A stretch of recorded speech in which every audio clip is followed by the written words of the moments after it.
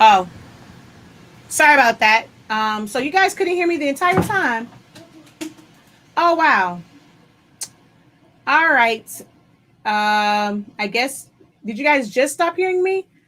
I didn't realize that my mic went to mute, but, uh, oh, y'all didn't hear me at all? So when the first one was up and someone asked, was it live? Y'all didn't hear me at all? Oh, Lord, have mercy, Jesus. It's okay. So let me go back. Oh, no, I'm so sorry. It's the microphone. When I don't want it to be muted, it's muted. And then I didn't even see the red light because normally it tells me and I didn't even see it. See when I mute it?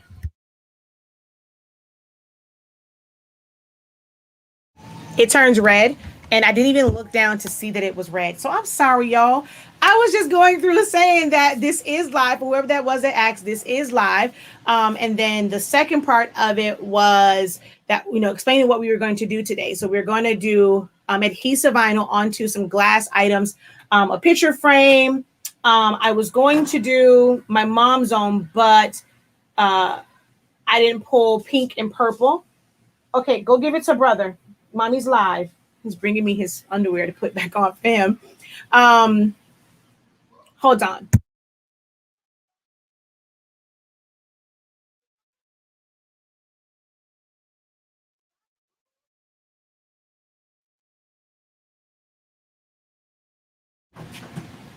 Okay.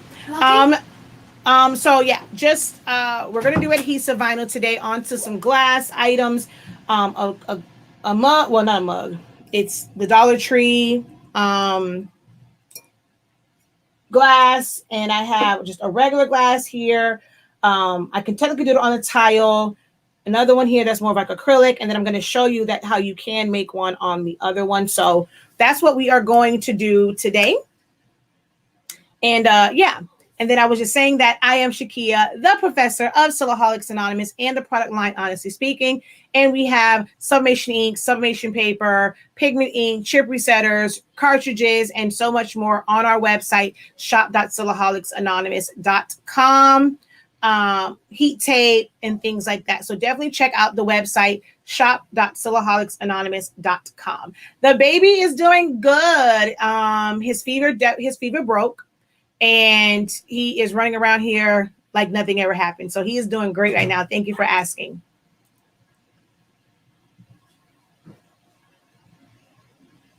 All right. So now I have this one that I've been sitting on for the longest. This came from Michael's. This is also another option. If you wanted to make, so we're going to basically make on two different items. We're going to make two different pop-up shop, or just informational stands. And this is one that is an option also.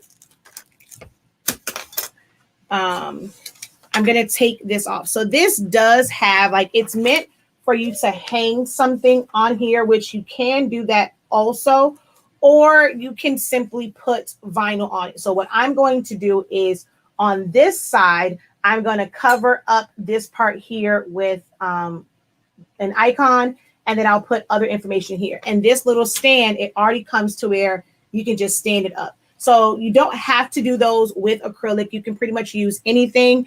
My mom got for herself just the frame that's like this, the one that kind of leans back, but it's kind of like an acrylic type frame. It has a plastic on there to protect it. So you just take that off and you can apply vinyl to this. And then also just a regular Dollar Tree frame or any frame that you have. If you want to have it match your branded colors, you can paint this out. So spray paint it. It has a matte in it, but you can definitely take that out and make this to where it is. You can either take the back out and glue the frame to the inside, glue the glass to the inside of the frame, and then sit it on a stand. Or if you want it to be see-through, or you can just put some sort of paper back there for the backing of it, and then just have your information on the glass part of it. So a lot of different options, and vinyl is one of the easiest ways to do that. I've made so many different vinyl decals over the years. I've made them for football teams, like literally made like the helmets that they had for their games. I made memorial ones. I've made car decals, made some really, really good money off of my car decals, layered, all sorts of things, made tons and tons and tons and tons and tons and tons and tons and tons of cups and things like that. I'm trying to figure out where did my Instagram go. I had it up earlier. Oh, there it is. It's on the wrong page. So we're going to come back over here and I'm going to come out of this and scroll on down.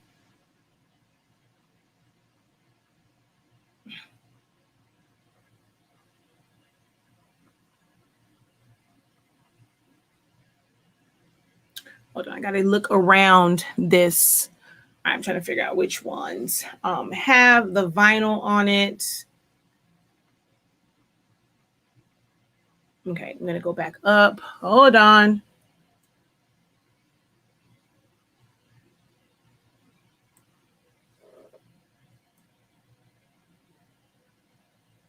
All right, I'm going to go back up.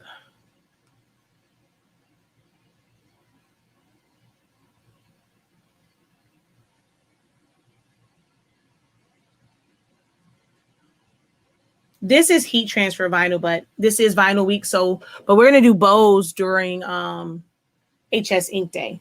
I cannot see around my camera. All right, here we go. I'm trying to get to where some of the ones, I can't believe it's like so far down for my adhesive vinyl. So I took this cup that already had, like, so I didn't put the image of Elsa and Anna on there.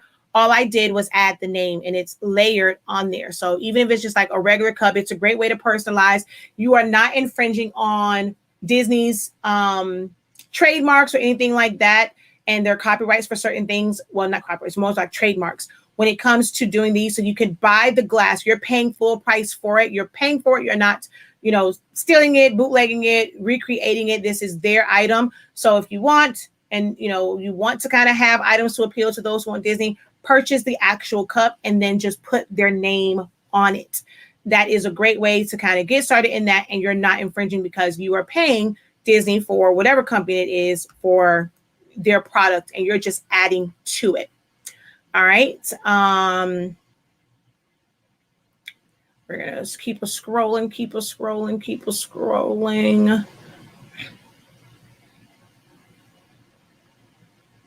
Here is a layered car decal. Here are some other ones to where I would put their name, you know, had this all set up to where it was the football. I can put their number, what team. These I sold a whole lot of. These were the like big solo cups.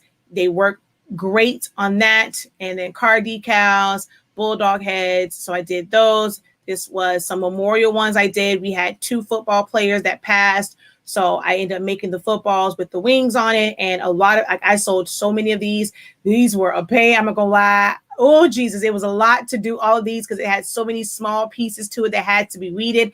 I was like, oh, what was I thinking, Jesus? Because like so many different teams wanted them to represent the 2 young men that passed away. So it was just like, OMG. And then here's another one. Unfortunately, no, this was the 2 kids. So it was one park. And then I made these. This is the park that he was at. So they had the 51 on there. So I made those also. So little things like that. There's a lot of money to be made in learning to and using adhesive vinyl, learning how to cut it, weed it, and set it all up. So these were some customized cups that I did that had the different coaches' names on it. This is layered vinyl.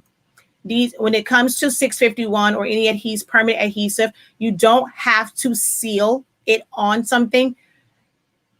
Sealing on it will just, especially on glass, it'll just make it look horrible. This is also adhesive vinyl on this. This is foam board, but it's a very easy way to have those intricate things and then be able to put them on different items. So I've used vinyl for that.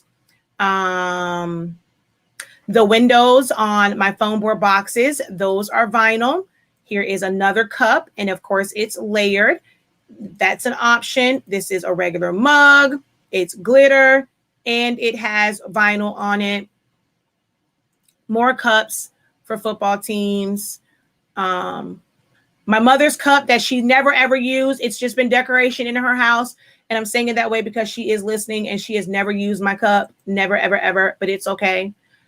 So yeah, I've used vinyl on a lot of different things. Now, this is one where technically I shouldn't have, but it was for my husband. So I made the heat logo and put it on this one, and then heat lifer, because, you know, we are forever heat fans, and then our last name. So I put it on different types of cups, cars. So this is a car decal. This was also one that was pain in the butt because all these little pieces, weeding those out. Lord, I'll never want to do that again. This is like one of the football mugs. I have so many. I don't think all the pictures are here, but this is the Dollar Tree one. And then you can put that on there. That is layered on there. Here is one with the Cowboys. I was just on the phone with the Cowboys fan. So yeah, then this one was for my cousin, Dolphin, and then Chill. Let's see what other things has. This is all vinyl. So this one we're going to do. What day is that? Hold on. Let me see. Vinyl on like yard signs is on Friday. So these signs are all done with vinyl. So it's all vinyl on these yard signs that I did for a massage company. Mugs. And none of these are ever sealed. Another one. This was my cup that took me to church. One of my all-time favorite cups. Wish I still had it. It broke because I feel like nowadays I need this to where I can hold it up to my kids. Be like, look. All mommy agents are busy. Please try your request later or ask daddy. I need to recreate that file. I lost it, but I need to recreate that file because I need that somewhere big because my kids will drive me absolutely bonkers. This is on a canvas, so you can put that on there. We're going to do 651 on a canvas on Thursday. So you'll get to see that as well and how you can get that put on a canvas. Let's see. Some other things in here. Another layered mug, coffee mug. So a lot of things that you can do with, this is one of my favorites. I sold so many of these.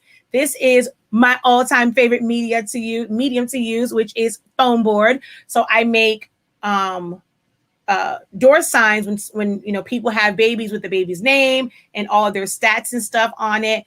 And this is all 651 vinyl and it's on foam board. So a lot of ways, like so many ways to make money from using adhesive vinyl. So if you've had it, don't sleep on it. This is another class we're going to do, putting it on just foam board for selfie frames. So this was like all the chocolate sauce in it, her name and all that stuff. That's just 651 vinyl. Even the drips here are 651. And then there's a certain technique to where, you know, normally it's sticky, but there's a technique to where it looks like a drip and it only sticks at the top. So we're going to learn that. I've done whole car decals. I was hoping the vehicle decals, I would be able to do my godson's truck, but I haven't heard back if he's able to do that. So, but I've done all this is just 651, all cut with my Cameo. You can technically cut up to 10 feet long without a mat. I'll show you guys how to do that, but these are all options. Cutting out little stars. As an event planner, I used to customize my own balloons by putting, vinyl on the balloons. So many options. All right. So yeah. Oh, the other thing, this is one of the things. Oh wait, I showed you the wrong picture. I am like so proud of this one. So this was my stepdad's, what's the thing called? Spider. I think it was called. Yeah. I think that's what it's called. No. What is this thing called? Is it called a spider? I don't know. But this thing. And he was having a Paw Patrol party. And you know what I did? I turned it into Riders like Mobile. And that's all 651. I covered his entire bike with 651 by now. Hold on. Let me see. Wait, I went the wrong way. This is what I wanted to do. Bam. Look at that. It was 11. Oh, it took a lot of work. And then, of course, happy birthday, RJ, his son's name. That was cut with the cameo. This decal was cut with the cameo, this and this. But all this other one was laid out with 651. Normally, you would do that with car vinyl. Like, I mean, it's a different type of vinyl that stretches more. I accomplished this with 651. Baby, it was a lot of work. But whoo, child. It was so worth it. Like, look at him. Then he had his whole outfit. Like, it literally looked like Riders, Pupmobile, whatever the heck you want to call it. So Paw Patroller, that thing. So that was super, super cool. A lot of great stuff you can do with 651. All right. So, another one, paint cans. That was pretty awesome to do. I really miss doing this. Like, I teach y'all, so I don't get a lot of opportunities to like do this type of stuff. Oh, cheer signs. This is only a few of them. I've done some that are way more like intricate than this, but great money. Great money is to do cheer signs with that. I can't zoom in, ma'am. It doesn't allow you to zoom in. I use 651. So this is a foam board box I created. All of the stripes, the logo here, and the happy birthday, Melissa. That's all 651 vinyl. And yeah, so whole lot of you can do with vinyl. And we're going to learn how to use it today. You can buy it by the sheets, or you can buy rolls of it. I'm one where I typically tend to buy all of my vinyl by the rolls, like a full roll. These actually come as 24-inch rolls, and my vendor cuts them down. So I end up with 2 12-inch rolls because that's the max width that the cameo can cut. But I do have some colors. If it's like the popular colors, I keep them in 24-inch rolls because then I can cut them on my US cutter. But for the most part, I do everything on rolls. It comes out so much cheaper per square inch when you're buying things by the rolls. It's an investment to buy it up front. Before, like when I first started getting them, it used to cost me like $20. Now they cost like about $23 for a 24-inch roll. And this is one of the cheapest ways. Like, this is really a buy low, sell high. It's really, really inexpensive to get this, especially if you're buying it by the roll, and you see more of a profit when you buy the roll. All right. So we're going to cut that. She says Instagram needs folders. Who you tell? Let's see. I could never get the right size for the football shape on Dollar Tree glasses. My big question is, what type of transfer is best used on vinyl? Because OMG, I have problems with transfer and got to use clear tape. So I use...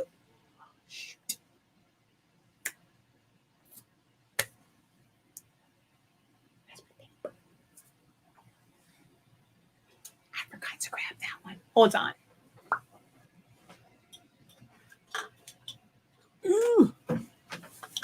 So this is one. My son is 10. I made this when he was 5. It's still on here. He's 10. This is 5 years old. I use different things for different reasons, which I have no idea. I thought I was prepared, but I wasn't. So I like paper transfer. For wet applications, you definitely want to use the paper one. I used to use contact paper a lot. I was like, oh, no sense in buying transfer tape. It all does the same. It just picks it up. Oh, honey. When it comes to the transfer tape, like I used to buy the contact paper from Walmart, or even the one from Dollar Tree. It never really stuck. I used to have to turn it over, peel it back, and do all this other stuff. The first time I used actual transfer tape, I'm not going to lie, I never went back. It is okay to start with using just transfer tape and stuff like that. I mean, like contact paper. But when you are moving into really doing business and you need to do a lot of them, fiddling around with trying to get it to stick to contact paper, oh, honey, that's no bueno. No one has time for that. I never looked back I still have contact paper here, and honey, I am never touching it ever again. So I have paper one, and then I have, hold on, where? Y'all, I'm so sorry. My mama gonna kick my butt. She was like, you'll never have stuff, which I did have it here, I promise, because I just used it. It's just over here in the corner. Okay, I'm gonna get it. I promise you I'm gonna get the transfer tape.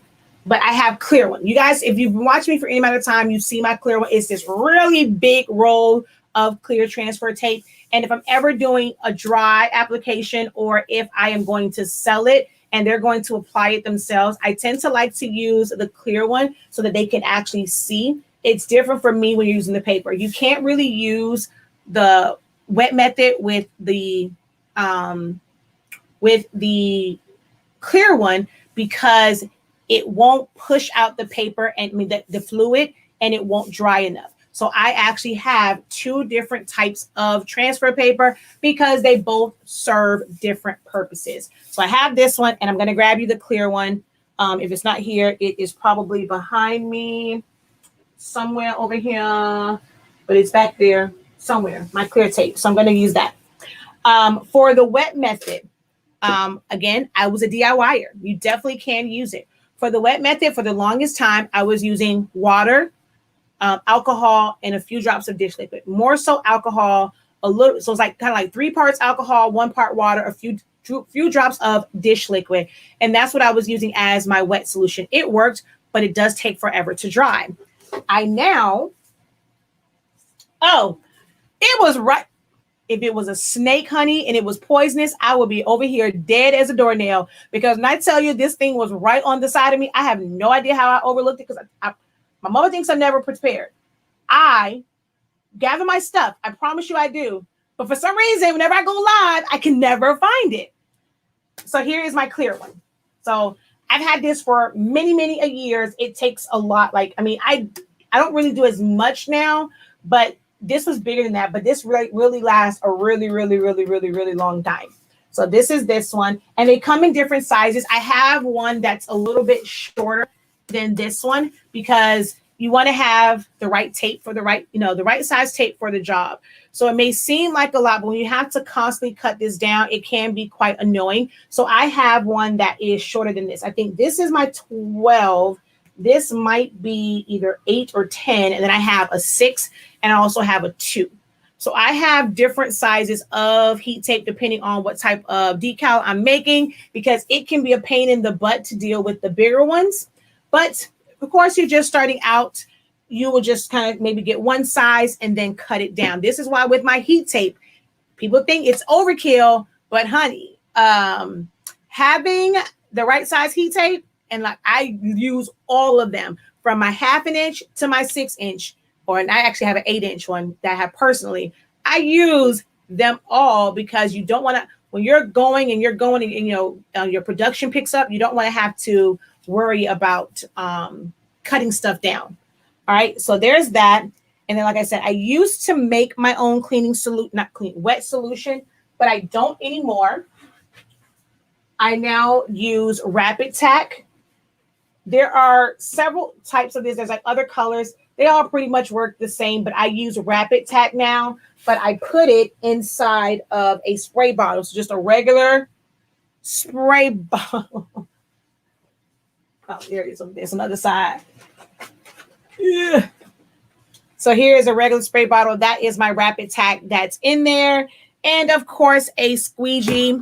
You want to have a really good one. Can you use a credit card and stuff like that? Yes, but you want to get a good one. I like this one, especially for doing cars, because it has a magnet on it. I'm, as you can see, notorious for losing stuff. So with this, because it's magnetized, I like when I'm doing car installs, it attaches to the car. So I like the fact that it's magnetized, because I don't lose it when I'm doing cars. And then also for cars, you want to have magnets that helps keep it in place as you scrape it down, because you only have one set of hands. So I recommend having magnets as well when you're doing like vans and like car installs. If it's on the actual surface, if it's on the window, then it's a little bit harder. You want to have tape and all that stuff, but that's for another day. I was hoping I would show you a car one with my nephew, but maybe I'll still take it outside and do something on my car. but a squeegee is another one we're going to use. All right, so that's everything that we are going to use. Of course, like a cutter, X-Acto knife or scissors to cut it down and all that kind of good jazz. All right. Let's see. Where do I purchase my products? I get everything locally. There are a lot of great sites. You have Brilliant Vinyl. I purchased from them. I purchased from Sign Warehouse before. I purchased from H&H Sign Supply. But now I mainly get everything locally. It's a company here called Economy Sign Supply. And I get all of my supplies from there, except for my squeegee. I did get that one from Amazon. The paper one is low. The clear is medium. I had a high tack one, but it was way too sticky.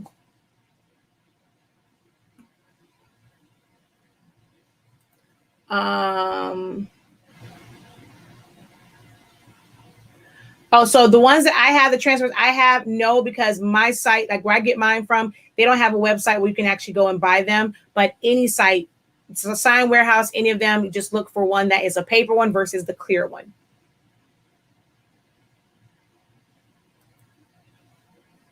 Oh, she was saying he left the vinyl on there for a month and it still came off. It did not ruin the finish on his bike or anything. He just took it off. Like he literally just went and just took it off. It comes right off. It's not permanent to me. Like it's so when okay, let me break that down. Well, hold on. I'll break down the difference in them in just a moment. All right. So actually I can kind of go into that now.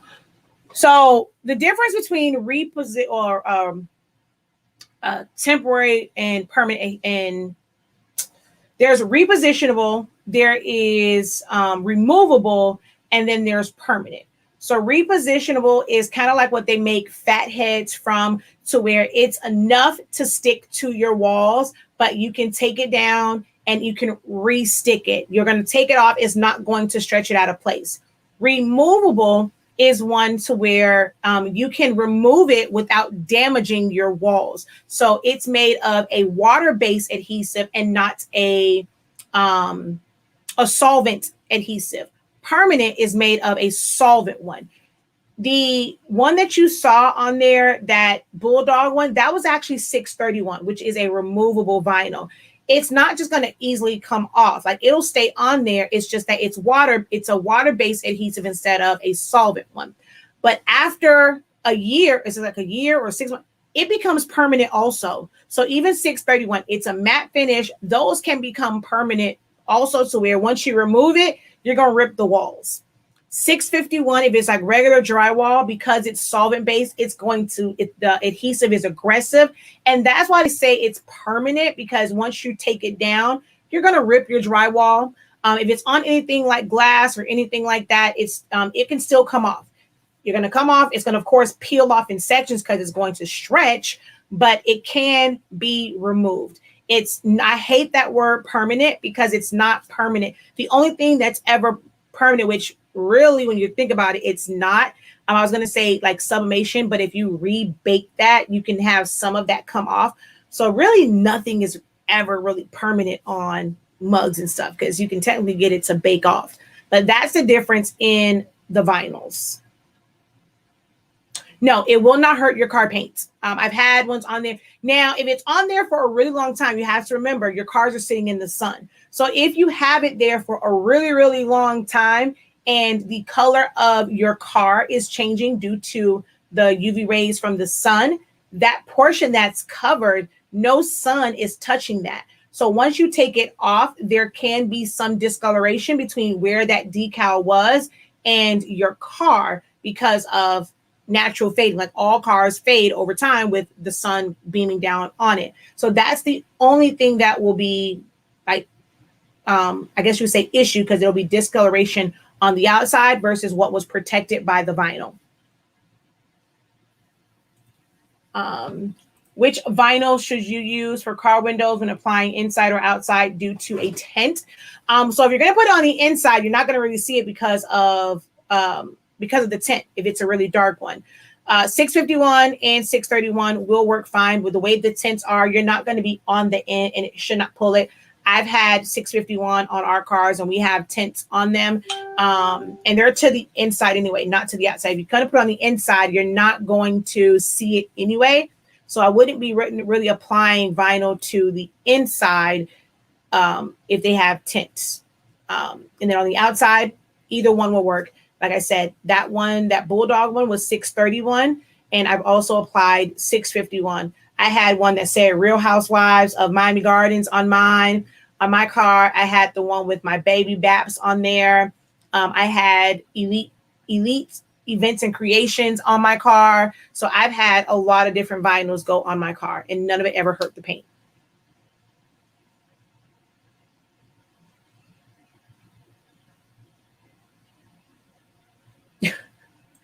Really? Let's see. Can you microwave a submitted coffee mug? Yes, I have. It's not going to get that hot to where it's going to release it.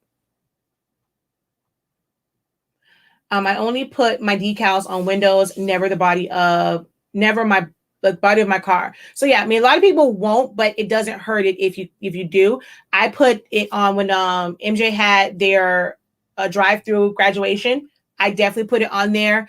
I use what I call my quick release. So I have the vinyl, but I do an offset and I do that in clear. So it's layered like that. So I don't have to take off individual letters. I literally took that whole thing off as one because it's what I call my quick release.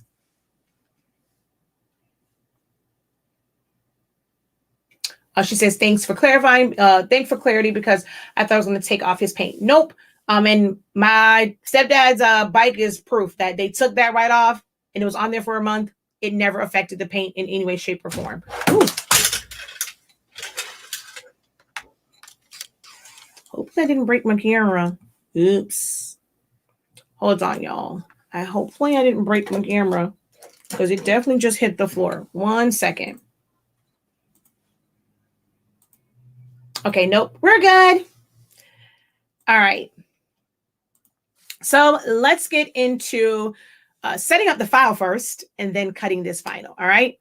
So let me go back over to Silhouette Studio. And oh, shoot. I forgot to send myself. Hold on, y'all. Sorry. So I learned this from Danny that I didn't know that you can get a QR code from anywhere, as long as you have an Android phone. So I'm going to go to my website and we're going to go to the home of this one. Actually, no, I'm going to go to, do I want to go to home or do I want to go to the Honestly Speaking collection? I don't know. Let's just go here. All right. So we're going to go, I clicked on it. Then we hit share. And wait a minute, where is it? Oh, wait, I have to be on Google Chrome. So right now I'm not going to see it because I'm not on Google Chrome. I'm on the regular one. So I need to go to Google first. So let's go up here and I'm going to go to Google Chrome. Oh, maybe if you learn how to spell Shakia, you'll find it. All right, shop.silaholics.com. Okay, why aren't you going on? Let's do this again. Shop.silaholics.com. Oh, I can't hit enter. I forgot what this was. So I'm going to hit that. It's here. I'm going to click on that. And then I'm going to click here at the, not that one, my little fat fingers. I'm going to hit on the share. And there should be, where was it? The QR code. Wait a minute. Wait a minute. Where is it? I did it the last time when Danny showed me.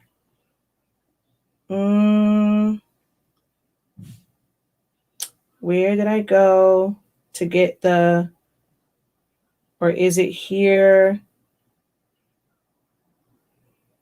No, wait, where did I go to get it last time? Danny, are you on? I'm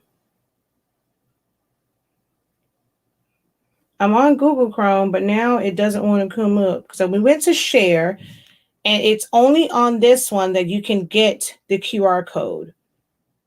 Hold on. I'm going to find it. Danny showed me last time we were on. She told us how to get the QR code where anyone can get a QR code. And we realized that it was only from Google Chrome. But now I don't see it because I don't even see it once to copy the link. Let's see. Danny, are you on? Nope.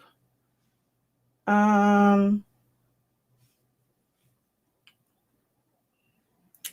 I didn't do the QR code because I was like, okay, I'm going to find it. I'm going to get it when we're here, when I'm on live. But now I don't see it. I thought we hit the 3 dots. Or...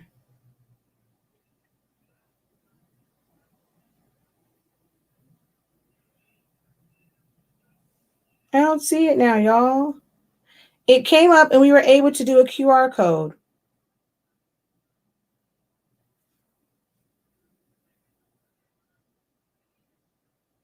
Oh, man. That's how I was going to do my QR code for this, but now I can't find it. And I thought we just hit the share and it came up and it said a QR code.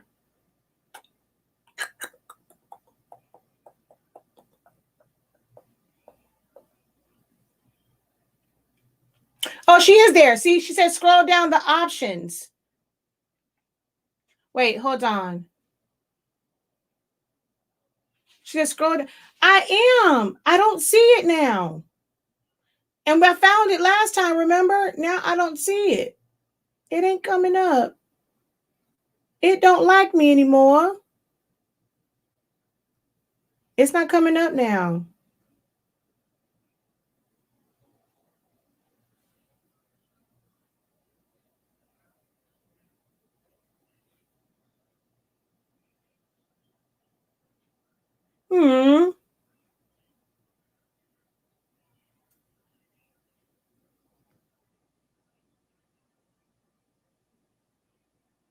Yeah, it's not coming up now. Oh, I was not on Chrome. I was okay. My bad. My bad, y'all. Don't worry about me. Yeah, my bad. Okay, I wasn't on Chrome. It's totally different. Okay, let me show you what I did wrong. So when I went here, I went to Google and I searched it, but that technically still comes up like the regular search. You have to actually be, which I totally overlooked it, and I'm about to miss it now. You have to be on Chrome. Wait, so you can see that? So I'm going to click on Chrome. And then I'm going to go to my website. And I'm going to click right here, the 3 dots. And then I'm going to come down here. And so it's going to say share. So I'm going to click on share. And so when you click on share, you get these options. And then there is QR code right there. And so now I'm going to download this QR code. And then I'm going to send it to myself so that I can trace it. So here is the QR code. All right. And I'm going to send this to myself via, not messages. I want to send it via Messenger.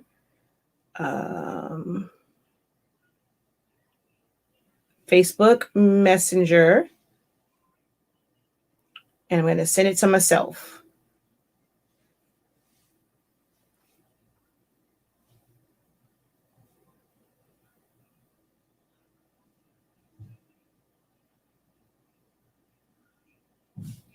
All right. And then now I'm going to go to my YouTube, which I can go from my website. I'm going to go to tutorials to bring up my YouTube. Click on that, share. Oh, well, that way it went back to the other one. So I didn't get to it from there to do the code. I have to go back to, because that went to the app, which, yeah, I'm done. It went to the app. I'm going to go back to here and go, oops. Ooh, TTB Designs. YouTube.com. And on here, I'm going to search Silaholics Anonymous. And hey, we're live. Oh, wait, no, wrong thing. Not that one. Let's go Silaholics Anonymous. And then click on here. I'm going to go share. And I'm going to get the QR code for that one. And download. And I'm going to send that to myself.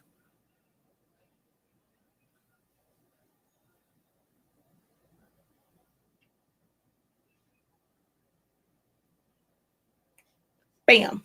Now I have them. All right. And yeah, it was my fault, Danny. I was on Google, not Google Chrome. I wasn't on Chrome. So now I'm going to go over here to my messenger and pull in those photos. So I'm going to click on them to open them, copy, and then paste over here in Silhouette Studio. So that's the YouTube one. And then copy for shop.silaholicsanonymous.com.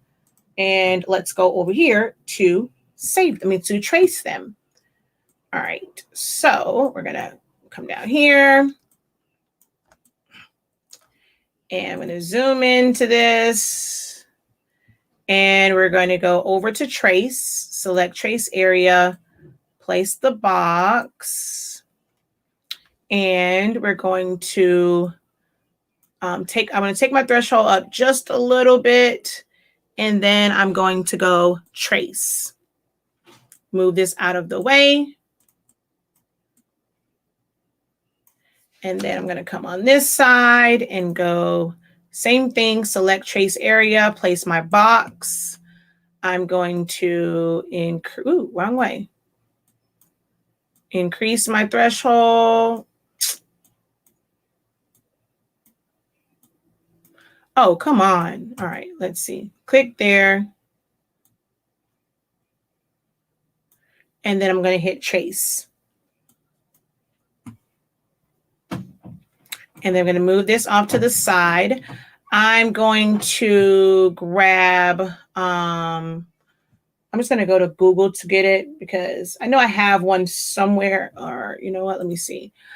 File.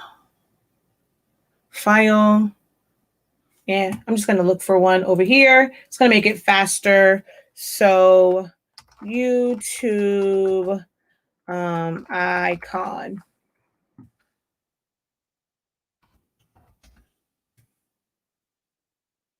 All right, so I just want the YouTube one, the YouTube button. So I'm going to go copy image, bring this over here to Silhouette Studio and paste and select trace area. I'm going to reverse trace this. And oh, wait, nah, because then I'll have to do 2 traces. Then we have time for that.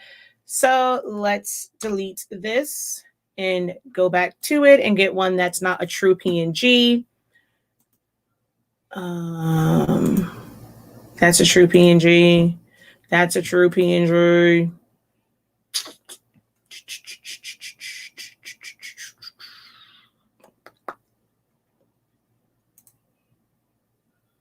Let's see how you can tell if it's a true PNG once you come and paste it. Oh, this wasn't. If it had the black around it, it's a true PNG. So this is not. So I'm going to be able to trace this. And this is what I want because I want the piece here and the outside. And I'm going to go trace. Then I can delete this one. And then this, we're going to make that black. Shrink it down in size. Your QR code matters with everything else around it, not so much the little thing in the middle. So I'm going to fill this with color, release compound path, and remove this and put this here.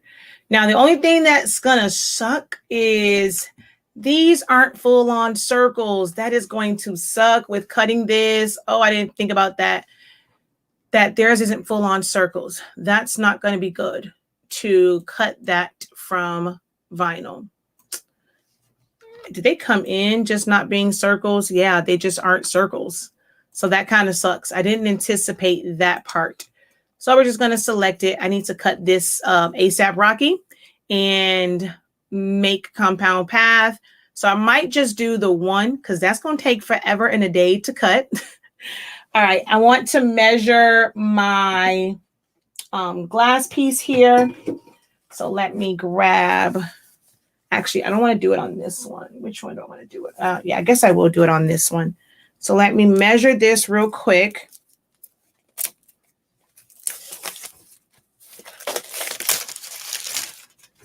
All right, where did my ruler go? It's right here, mommy. Don't think I lost it. It's right here.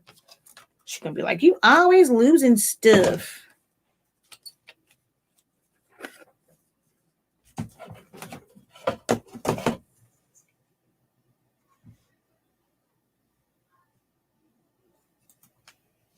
All right. So I'm going to measure, even though the glass is bigger, I need to know, like, from the inside, the part that's visible. So I'm going to measure that part. And that is about 7.5, like 1/7.5. But this glass is, oh, wait, that was at the wrong spot because this is the 0. So my glass is 8.25. And the inside here is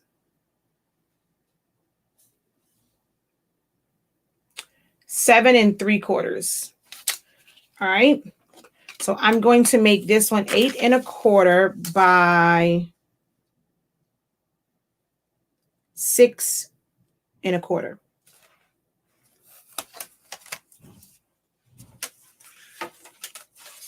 Whoa.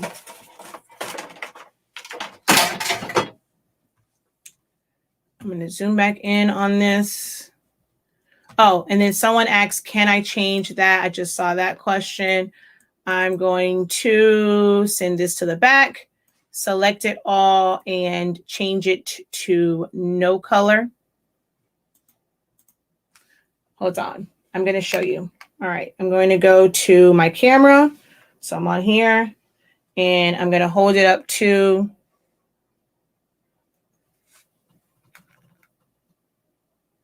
come on.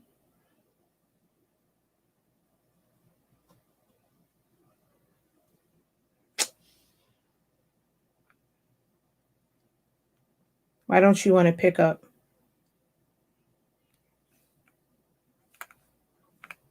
Mommy, bring me your phone.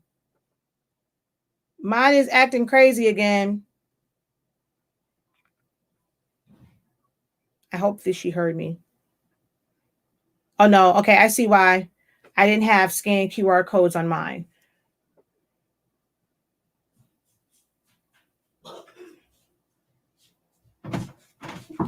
It's locked. Hold on.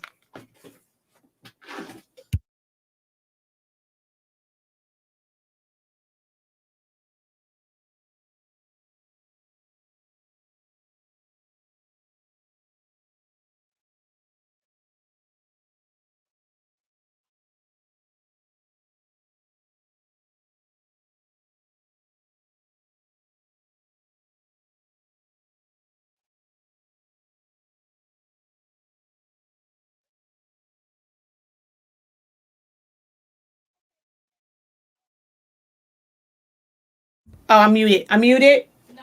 What happened? Come here. I'm gonna give you her phone. Yeah, as I said, I don't need it anymore. Okay, so I just realized that it went right to YouTube instead of going to my channel. So I copied the wrong QR code. But as you can see, I changed the inside part of it and it still reads and took me to YouTube. I'm going to go over and change this one. So that's the YouTube one. I'm going to come over here. I'm going to make this just a different color. And for the inside part, we're going to release compound path. Select this one and delete. And I'm going to look for an image of, I guess, like a shopping bag, because I don't want to have to cut my logo because that's a lot to cut that one. So, or I could probably just do the S and the A. But I'm just going to do a shopping bag. So, shopping bag icon. So I like this one, so we're just going to go with that one. Copy image, bring it over to Silhouette Studio and paste. We're going to select trace area on that one. Trace it. Release compound path. I mean, not release. I'm going to fill this one with black. Oh, wait, no. We're going to fill this one with black and make it a compound path. Oh. Put this right here in the middle.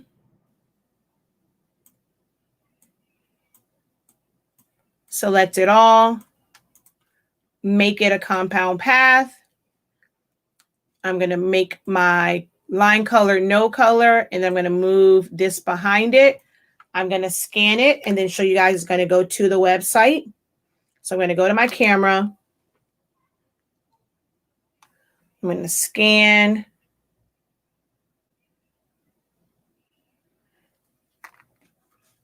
So now that it's scanned, hold on, let me get back to it. See?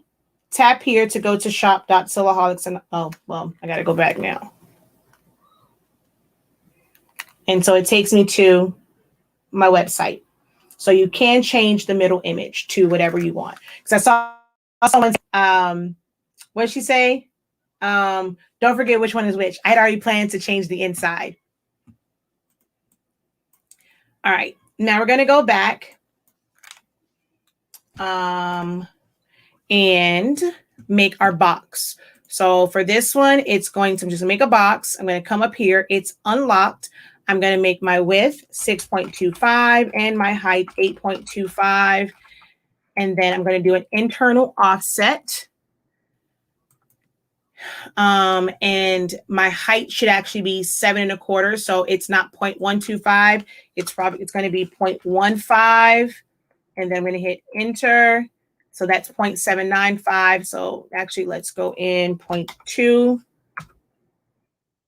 0.25. Okay, so that's good there. 7 and 3/4 by 5.75. So I had to go in 0.25 for this one, and I'm going to hit apply. So I know that this outside one is my glass, like the full glass, but this is the part that is visible. The part that's visible, I like to do what's called a safe zone, so it's not too close to the edge. So I'm going to do another internal offset, and the default of 0.125 is fine. I personally like to change that to like a dash line. And now I'm going to fill this in. So we're going to go to here, and I'm going to make this smaller. I'm just going to do the YouTube one. And, oh, wait, I can't do that one. All right, let's just do the shop one then, because that YouTube doesn't go to my YouTube. It just goes to YouTube in general. All right, here is my icon. So it's already vectorized. Okay. And do I want this one, or do I want the one that says shop? I think I want the one that says shop. I want this one. Oops. So we're going to go copy, And bring this back over here, and we're going to go paste.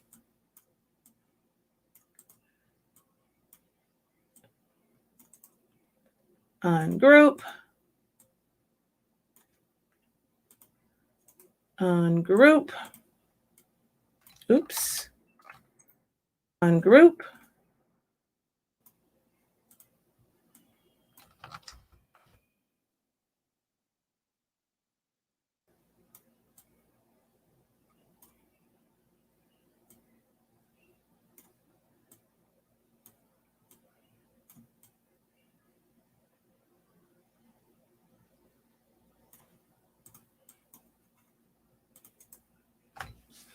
All right, this. All right, so I want to cut this and, oh, I should probably put the drip inside of there. Or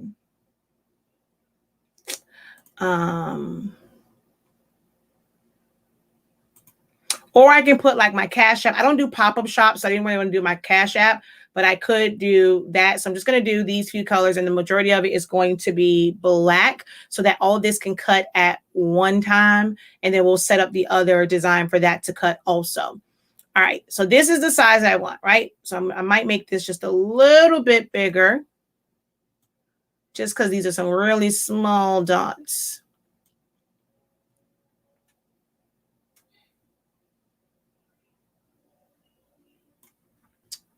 All right. Now that I have that set up, I need to separate it by color. So I'll take this whole thing and I'm going to duplicate it. So right click, duplicate, and pull this off to the side. I don't want all these other ones in my way. So I need all of my black, and then we're going to separate it by colors. So I'm going to go in here. I'm going to select all of my little yellow pieces. So here, here, here, and here. Oh, well, there's two different ways that I can do this. I can do this with what I call alignment marks, or I can kind of eyeball it and set them all up without doing alignment marks. And I just have to use parchment paper. I'm just going to use alignment marks because it's just going to make it a lot easier. And alignment marks are just basically two boxes that you're going to create, and that's going to help you line up your vinyl so where everything lines up together. So we're going to go here and place that like that and group it together. We're going to need one for every single color that we have. So I'm going to fill this one in with black, copy, Control C to copy, Control V, paste in front. Oops, I'm going to Control F, paste in front, or you can just right click, choose copy and paste in front. I'm going to choose the blue, Control F, paste in front. I'm going to change this one to the pink, Control F, paste in front, and I'm going to make this one the yellow. All right. And I want to purposely change this. So let's release compound path. I'm going to add line colors back to this and then zoom in.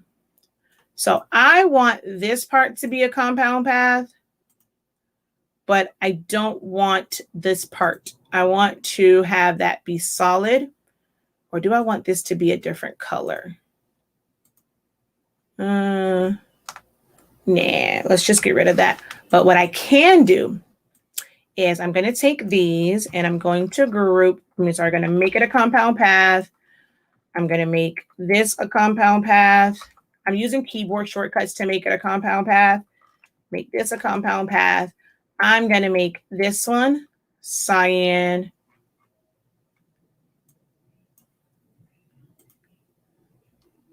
magenta, and yellow. Let me first make sure that it actually is going to read with those colors. It should still read, but I am going to be on the safe side to make sure that it's going to read like that. Let's put the white behind it and make sure that it does still read. I'm going to go to my camera.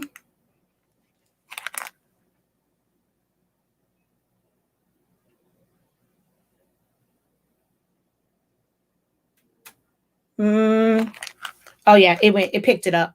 Okay, I just wanted to make sure that with the colors it was going to pick up. I thought it would, but just wanted to be on the safe side. All right, so I'm now going to select all of my yellow parts. So here, we're going to ungroup. I'm going to do just this part together because that's far down. So here, here, here, and here, and let's just do this one. And I'm going to bring them off to the side, and I'm going to group them together. Then I have my magenta here, here, here, here, here, and here. We're going to bring those off to the side and group those together. Then our cyan. I'm going to group that together. And then, of course, all of my black. Well, let's make this one big group. And then select everything that is here. And group this together. All right. So I have all my pieces here. I'm just going to open them in a new window, a new page. So copy and paste. I'm going to cut all of this at one time. How did you get over here? Delete. Delete.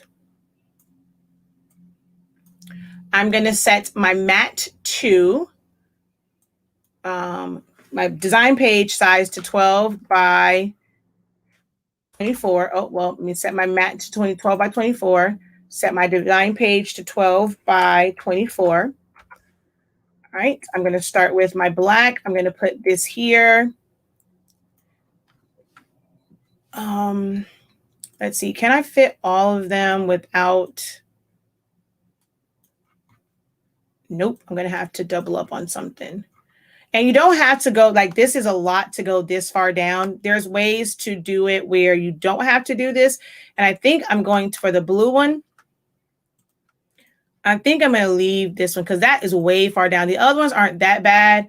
That was too far down. So I'm just going to put that there and just cut it off. So I'm going to group that together.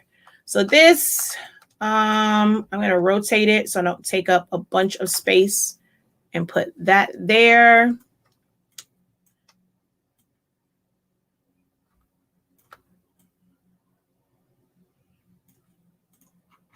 Okay, this way I can put them all on the mat if I go sideways. Okay, so this part here is what, 4.52. So I'm going to make my box. My width is 12 to go across the full thing, and that's the size of my vinyl.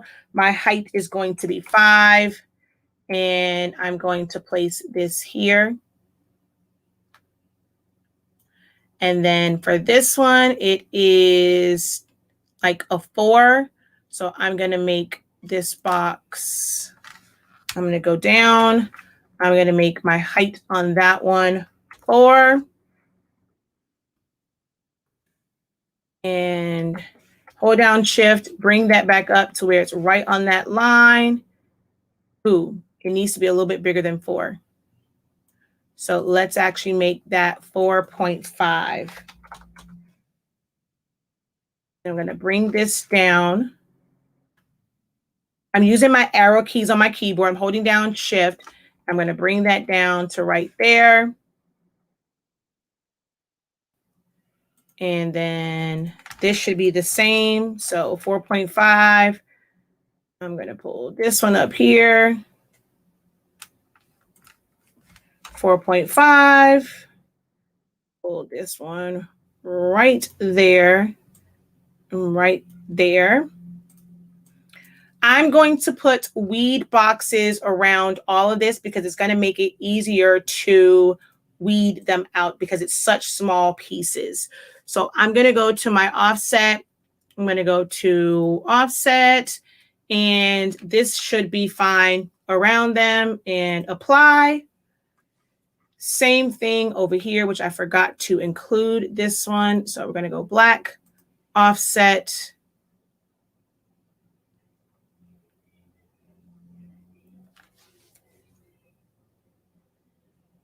It's trying to read all those small dots and apply.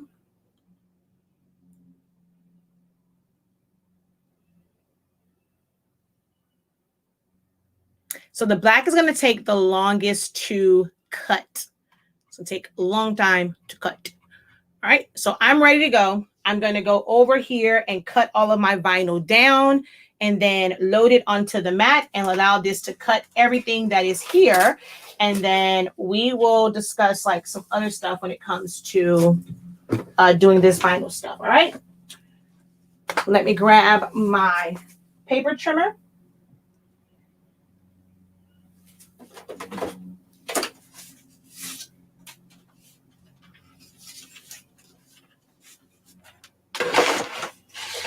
And move all of my vinyls to the side here.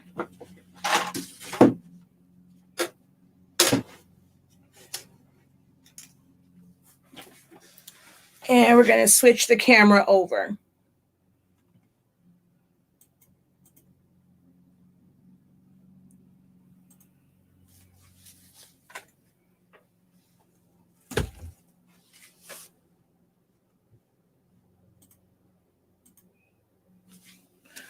All right. I probably should have put this back on its stand. That would have been the smart thing to do, Shakia. So let me grab my little box here to raise up my camera.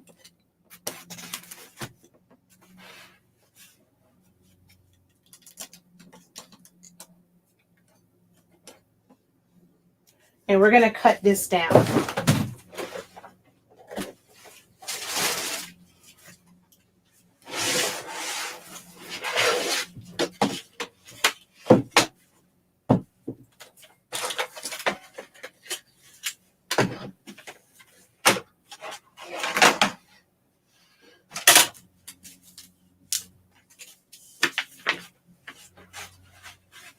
So I just put it through my paper trimmer, whether it's this one or my guillotine cutter.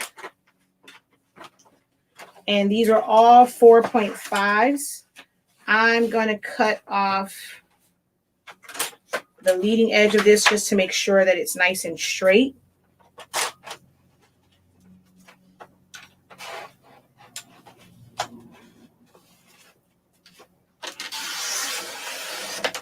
All right, so we're going to take this to 4.5.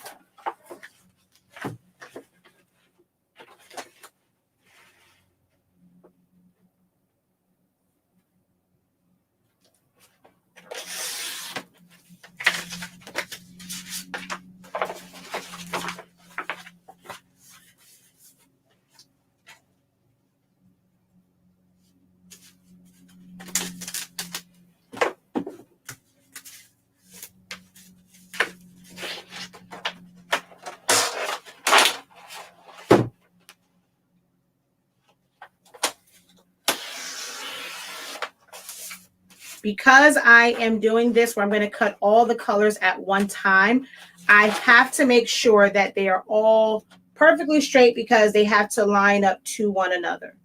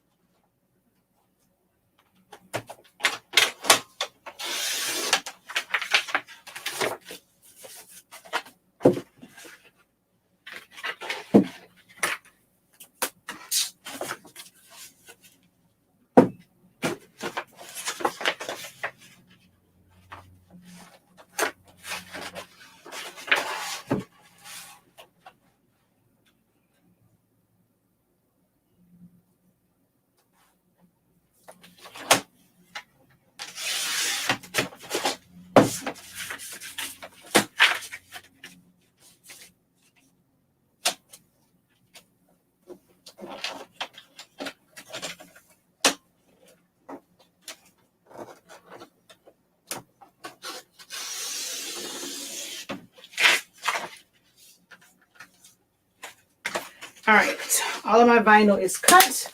I'm going to grab my 12 by 24 inch mat.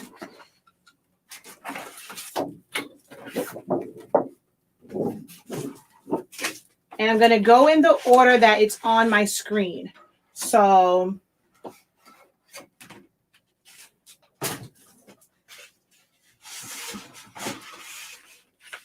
it's black first.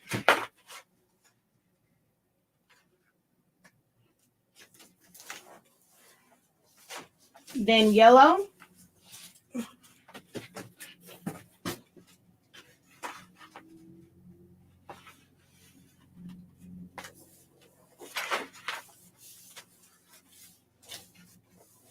Then cyan.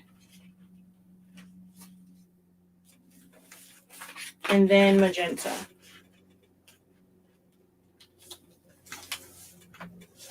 I'm going to use my squeegee.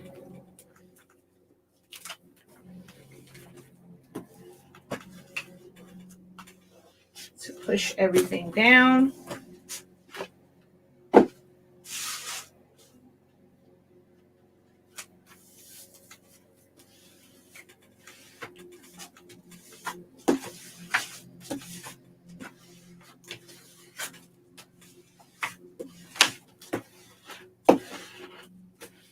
If it needs tape, if your mat's not super sticky, go ahead and add some tape to it. Hopefully I'm okay and it doesn't come up.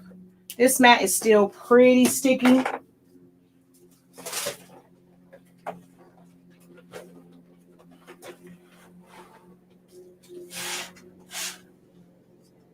right, so with the mat, just like for print and cuts or with anything else, you're going to load the mat here. After this is done, this is a really long cut. I'll show you how to cut without a mat, but we're going to just load this here. And I'm going to hit load. I am using the ratchet blade instead of the auto blade. So I have to take this out, and it is on 3 right now. I'm going to take this down to 2. And then put that in there. How I make sure that it's down, I put my index finger under here. Well, let's first get that seated. Push down on the top to make sure that they both connect and lock it in place. Now I'm going to head over to the computer and send it to cut.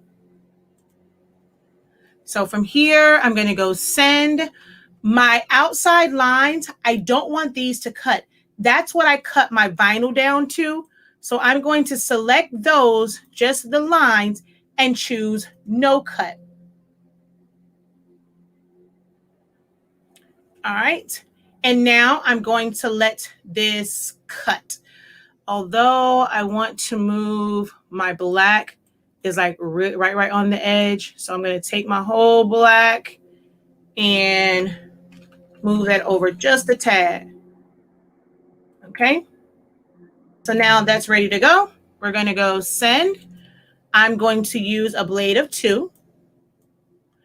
Because these are really small ones, I don't want it to cut too deep and too fast.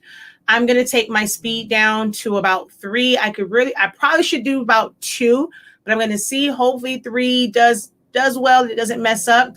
And I'm going to take my force down to, I use a Cricut mat. Most people will use like an 8 or a 7, but because I'm using a Cricut mat, I'm going to put mine at 11. No, let's go 10. And 10 between, I normally do between 10 and 11 because I'm using a Cricut mat when I'm using the ratchet blade. If I'm using the auto blade, it's a totally different setting and you have to figure out trial and error. I'm not even going to lie. Like, it's kind of crazy the way that is. And then we're going to go ahead and hit send. Oh, wait, no. All right, I'm going to let it cut. My shop up here was not so, oh, wait, you know what? None of my insides were. These were set to cut edge. So they're not going to cut right now. That kind of sucks. So I need to go back in here. Dang it, it's cutting that QR code. But I completely forgot for this part. So I'm going to go everything. I'm going to make everything no cut. So I'm going to go Control A. Let's see, Control A. I'm going to go no cut. Oh, wait, I don't remember which needs to be cut and what doesn't, because some of them were set to cut. Dang it. Hold on. I got to take a look at it now. Okay. So only my registration marks were set to cut. Okay, perfect. So now I'm going to go in and make everything no cut. Let me check on this real quick.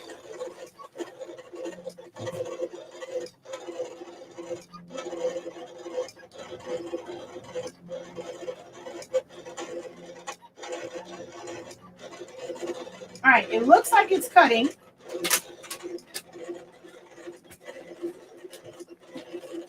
That is really, really Tanichi, and I probably should have changed out my blade, so hopefully it cuts. So I set everything to no cut.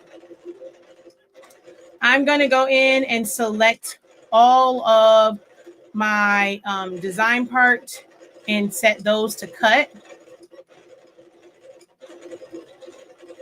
And let's ungroup because I don't need it to cut this part again. So this one, that's why I grouped this together by itself, because now I can go in and make that no cut. So now it's just going to cut this part. I'm going to click on this part and I'm going to go cut. Click on here and go cut. And cut. And I'm just going to go ahead and hit send to queue. That way it's ready to cut. Once this one is done, that next one will be queued up and ready to cut. All right, so now that that is there, let me see if you guys have any questions.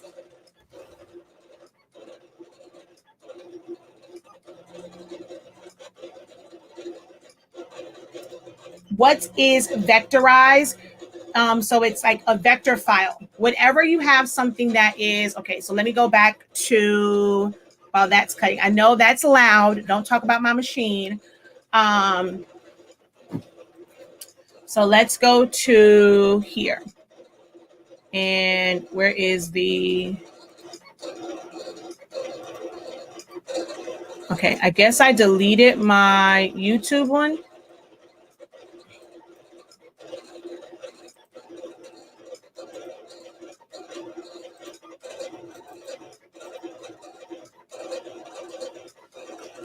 All right, hold on. I'm going to grab the image again. So even if I just kind of take this, right? So I'm going to go and copy this image and bring it over here and paste.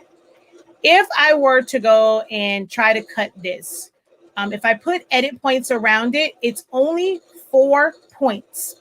This is a JPEG image. If I were to fill this with color, the whole entire thing would fill with that color, not just the bag. So to vectorize it means to turn it into a vector object, something that will have a path and you can fill it with color. So to vectorize when it comes to Silhouette Studio, or really any program, is tracing it. You can trace in Illustrator, Affinity Photo, and all of those. You have to create paths. So by taking this and going to trace, select trace area, placing the box around it, and hitting trace. Once I do that, this is the original, this is the trace. This is the vectorized version of it. It became a vector file where if I double click on it, I have edit points around it. It will cut this bag just like this. If I fill it in with color, I am filling in only those parts, in this case, that were black. So this is what it means to vectorize, is to turn it into a cut file.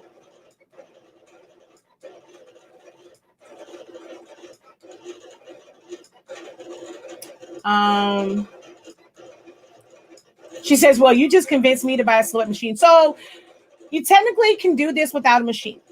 You don't have to have a Silhouette machine in order to use the program. You can design all of this and then save it as an SVG and then cut it from any cut software or any cutting machine. So you would just resend the same mat. Yes, so once it goes, like since it was messed up, I'm not going to unload it. I'm just going to hit cut and it's going to cut the areas that didn't cut. What you can change things while it's cutting, what you can change things while it's cutting. Yes, you can change it. Never knew you could send stuff to the queue. You go, Professor. Why did I offset? I offset to create a weed border. These are really, really small areas. And I wanted to have it where I'm not trying to weed away like a really big piece of vinyl from it. I can weed just in that small area. How do you put colors on the other part of the bag? So you can't, right here, it's open. So you're not going to be able to put any color in here. Right here, it's open. So you cannot put any color here.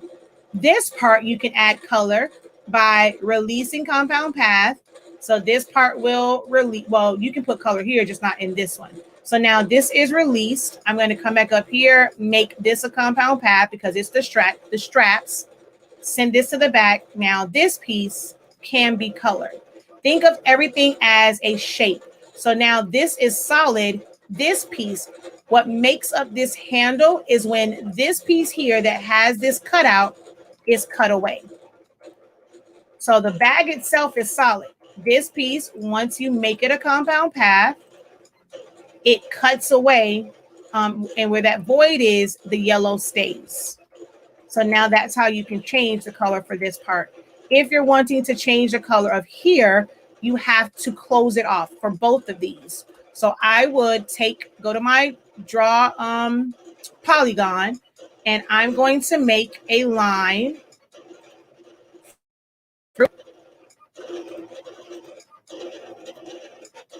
I need to overlap just a little bit. And I'm going to make a duplicate of this. So I'm going to go copy.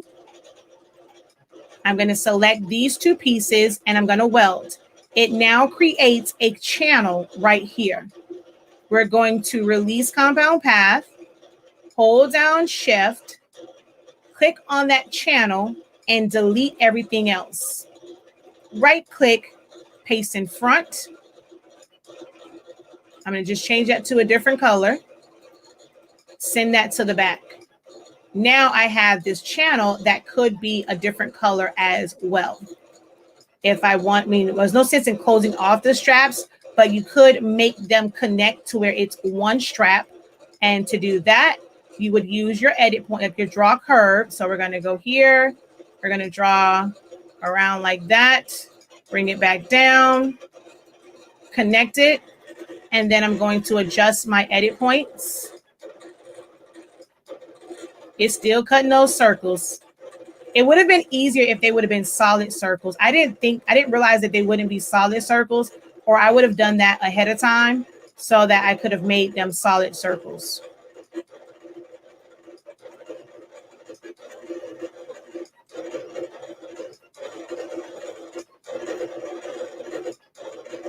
So now that that shape is there, I would select it and weld it. Now the bag is connected.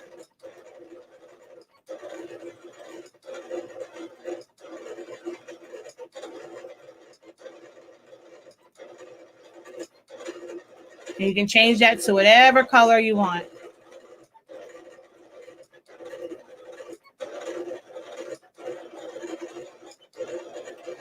Yes, 651 is glossy. You can get matte in black and in white, but it is all gloss. 631 is all matte.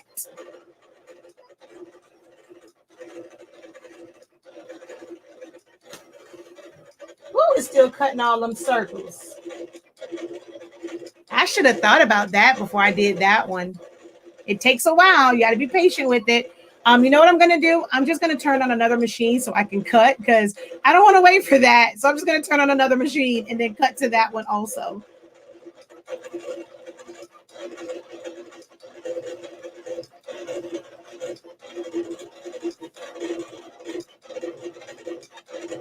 All right. I'm going to mute it for a second, and I'm going to go set up the other one. Feel free, unless y'all want to listen to that machine, feel free to pose questions. I'm going to go grab another machine.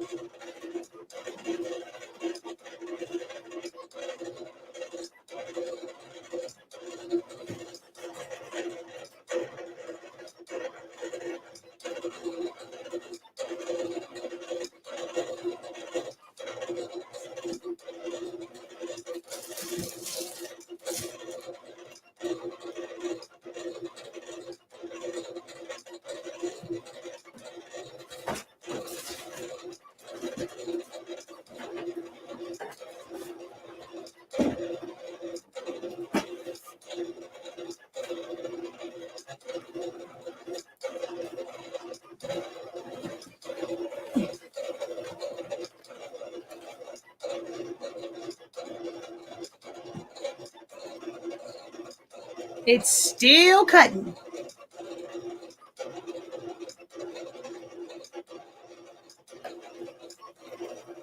Let me see at least where it's at. That's the hardest part, is that part cutting.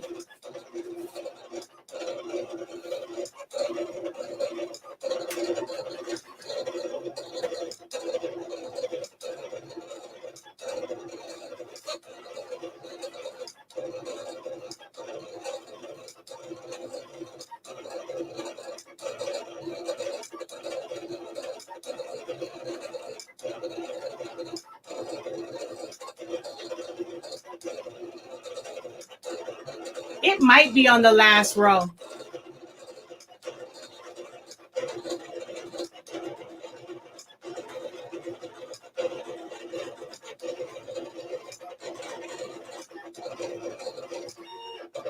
Yep, I knew it was on the last row.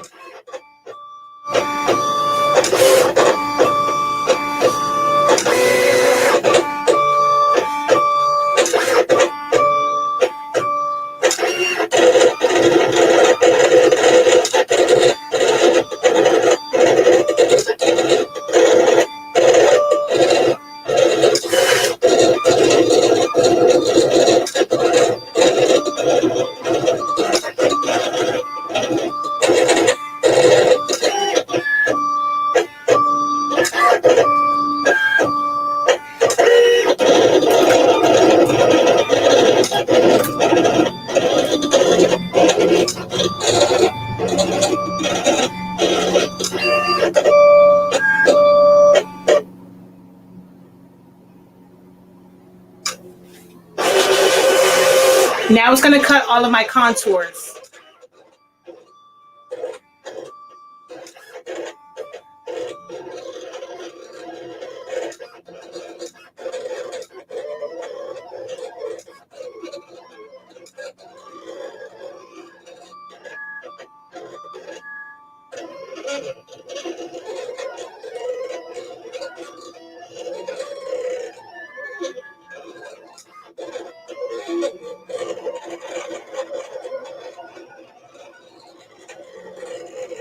Oh no, I was over too far. Oh, this was 5, not 4.5. Oh, dang it. This was supposed to be 5. I cut it at 4.5. I was wondering why all of it was off. Oh, crapola.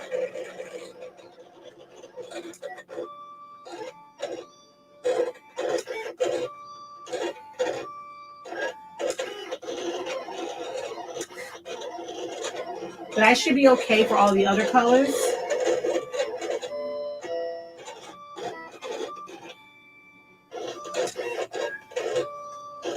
All right. It's actually not that bad. It just has to do the other cut. So you guys have any other questions, I can answer those. Because it's actually almost done cutting this, and then it will do the other.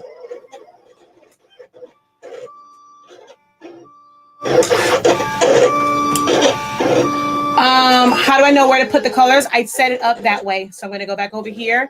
And that was my fault because I completely forgot that I set my black to, well, where is it? Okay, here it is. See, this was supposed to be cut to 5 inches. I only cut it to 4. So it's going to cut off part of my design. Uh-oh. Hold on. Okay, what the heck messed up? Yep, that one messed up. Oh, that sucks. So my QR code for my blue is messed up. So I'm going to put that back on there. My QR code for my yellow is fine. And the sucky part is it got stuck. So we're going to unload, unload, unload.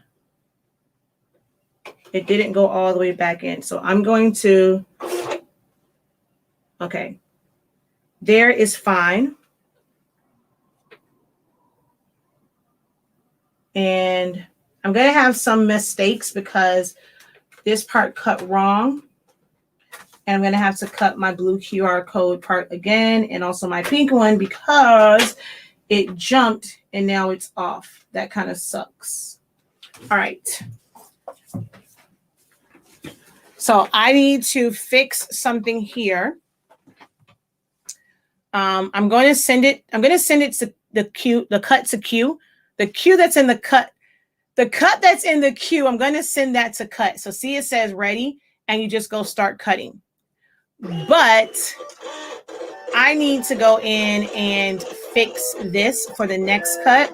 So I'm going to go to design. I'm going to take everything and make it no cut.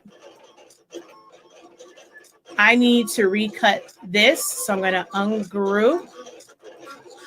I need to recut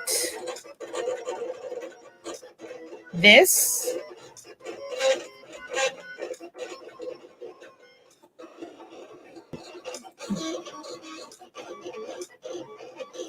And I need to recut this.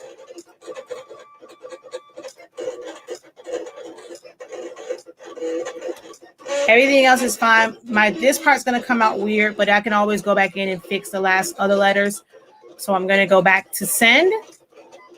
I'm going to select this one and tell it to cut.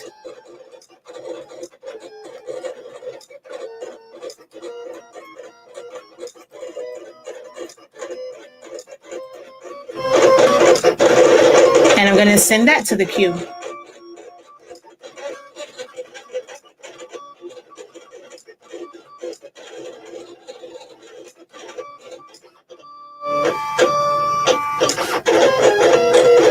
I got my squeegee from Amazon.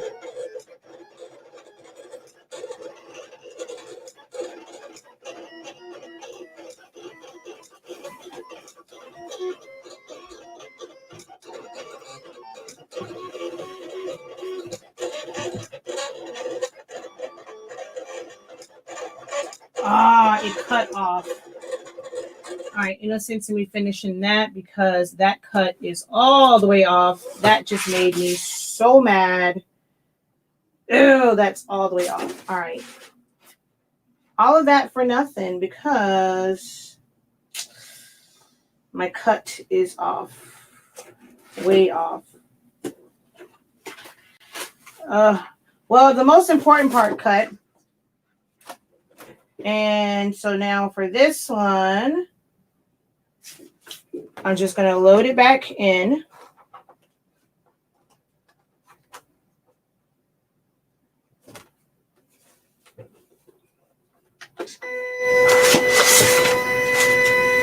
And I'm going to move all the cuts to the other side. That was my fault. All right, so let's go back over to design. And we're going to move this out of the way. I'm going to make this one, oops, undo. I'm going to go control arrow up. And I'm going to move everything up to there. And then take all of this and duplicate it on the other side.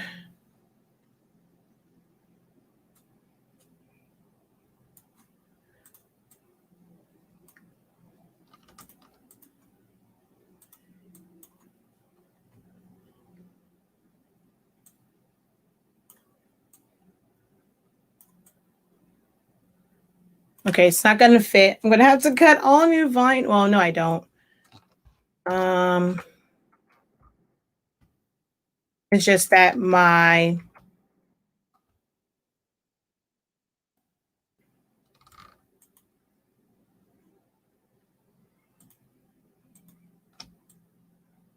QR code, I'm just gonna have to manually place.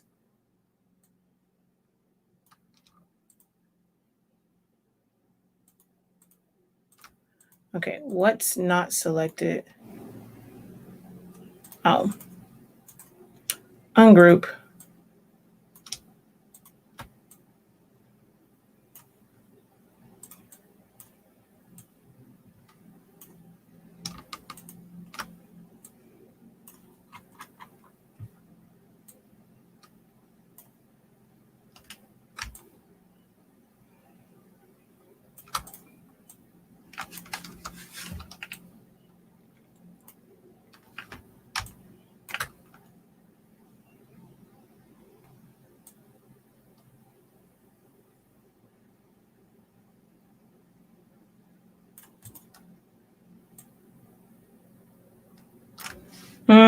Which one is the original? I don't even remember which one is the original. It's okay. All right, I'm gonna go send, select everything, go cut, no cut on the line, and send this one to, so I'm gonna cancel. Oh wait, y'all saw nothing I just did. I am so sorry. So I'm going to exit out of this. I just reduplicated all this over here. I'm sorry, I'm looking at a totally different monitor. Y'all saw nothing I did, but I moved everything over here. And now I'm going to send it to cut. My bad, y'all.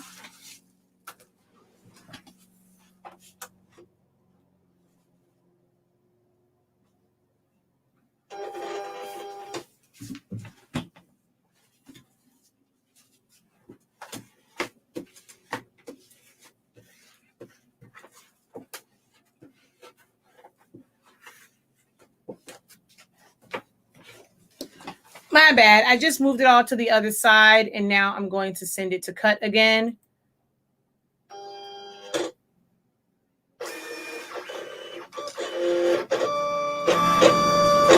Okay. It's cutting now.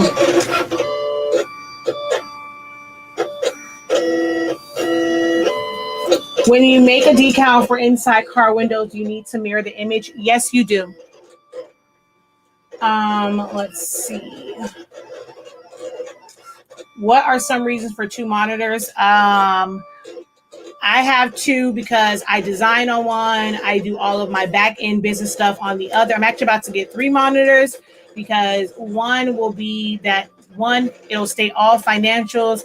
The second one is if I'm like searching different things on the internet, I have that one. And then I have one that I have design on. So I'm able to see different things at one time. So while I'm designing, I can keep all financials and monitor the websites and all that. So I'm actually going to have 3 monitors, but these 2 I design on one. The other one is kind of like everything else.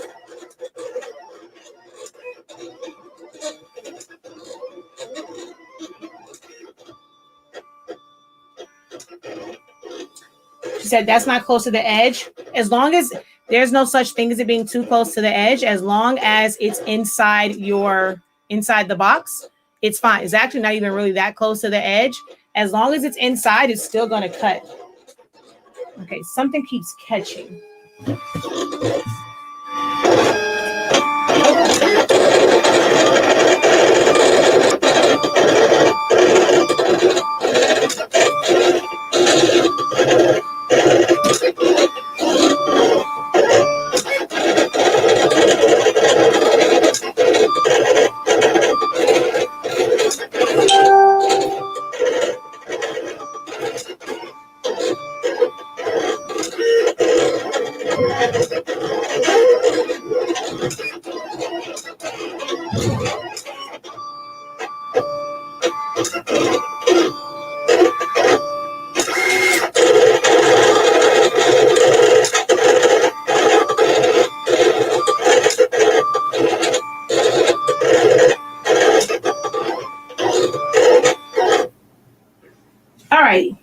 all done. So let's go over to here and get this all weeded out. But yeah, as long as it's there, it's not too close to the edge.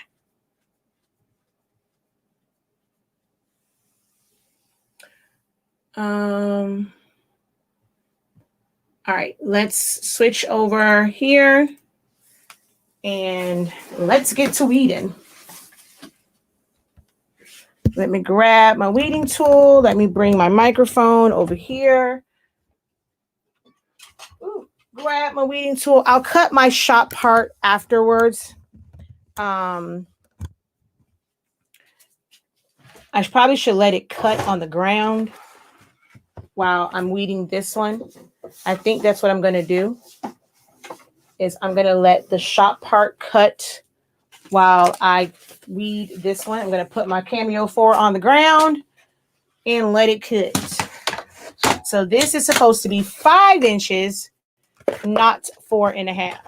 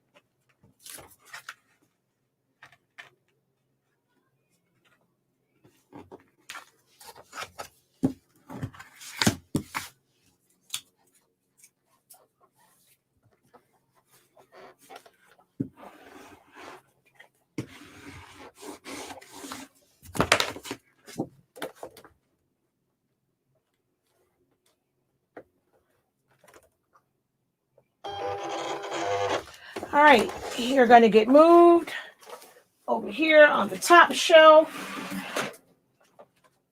so that you can cut the black point.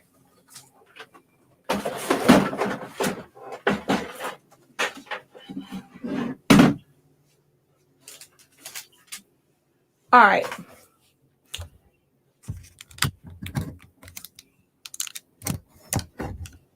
Hold on, y'all. I got to twist you. Oh, so I can angle you down. All right. That way you'll be able to see me weed this bad boy and line it up. But I need to send the other one to cut. So we're going to remove all of this stuff here. I'm going to take this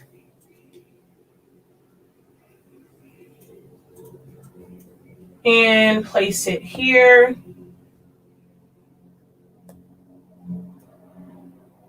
And then send it to cut. Oh, wait. Might want to choose cut. And then send that to cut. All right.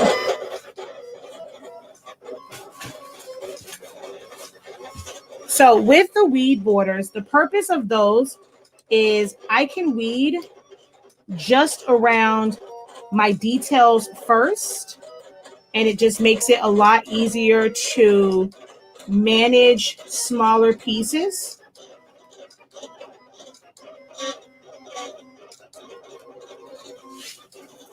So see, you saw me pull out those. Same thing on this blue one. I'm going to do the part that's on the inside. Oh, I just took that whole thing off. Great.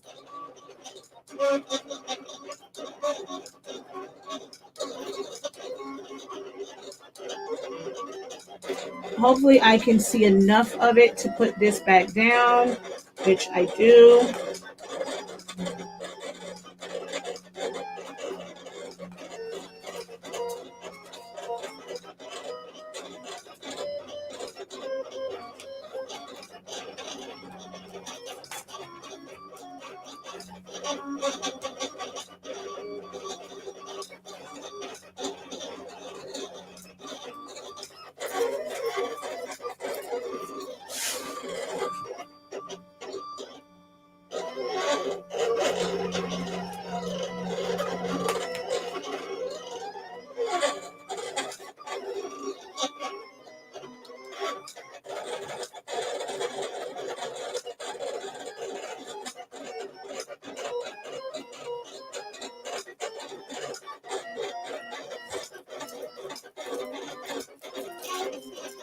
Now, I don't remember which one I needed and which one was in the right spot and which one wasn't. So I'm just going to weed them both and I will figure it out after the fact. And then for this one, I have to remove the inside and the inside.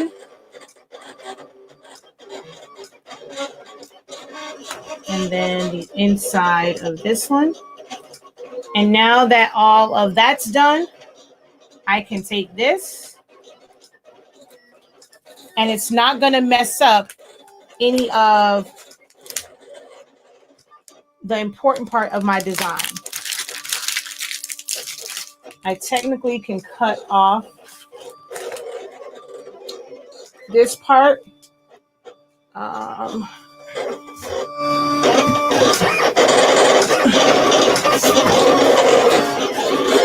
So I don't need what's down here, so I'm just going to cut it off. And that way, once I weed this, I can just rip it off. It's not going to affect any of my actual design.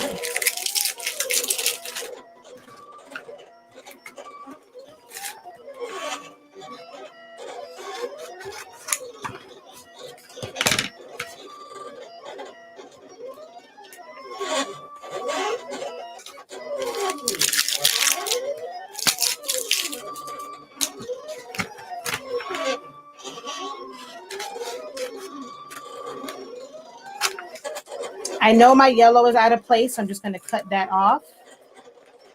My blue is out of place, so I'm going to cut that off. And I don't remember which one. My magenta should still be in place. I just don't know which one.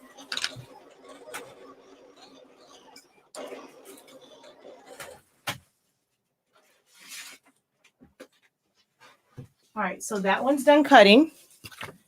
And then this, I'm going to cut this off here since I don't need that part anyway. And then with these weed lines here, hopefully they're cut well enough to where they won't interfere. I see 2 or 3 that are out of place.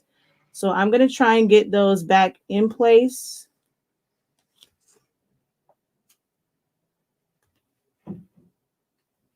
Before I weed, because they will come up because they're going to be on top of the other vinyl.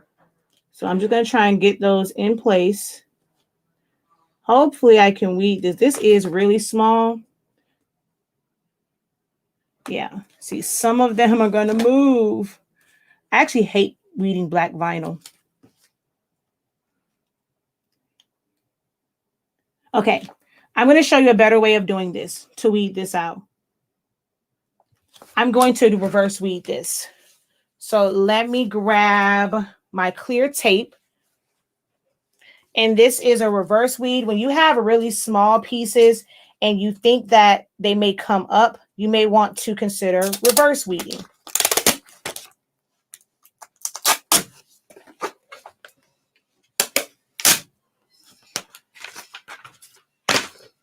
So I'm going to put this down.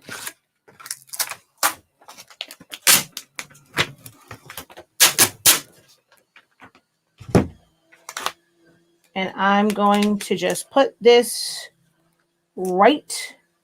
Well, let me remove the negative from this.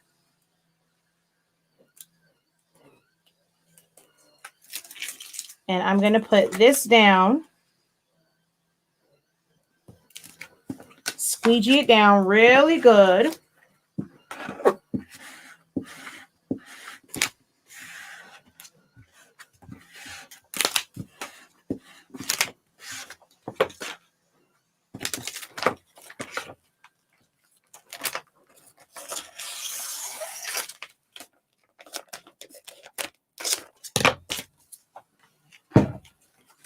And so now we're going to do what's called reverse weeding. This should be on my transfer tape.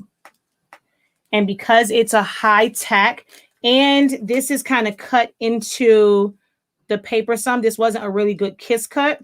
It's cut into the backing, so that would affect how it lifts up. So now that I've put it on here, I can weed off the negative and my dots should stay on the transfer tape.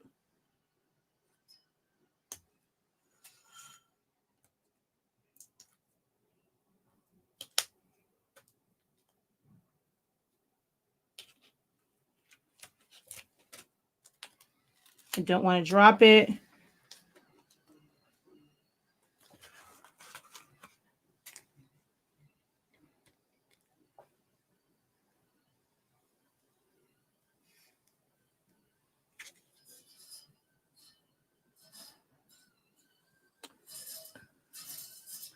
I'm missing one.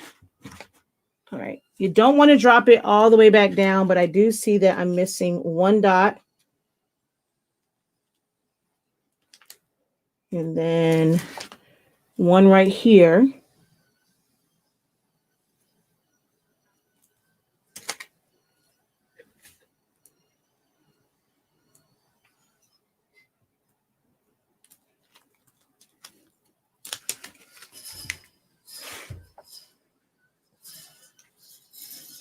That just means I didn't squeegee it really good the first time.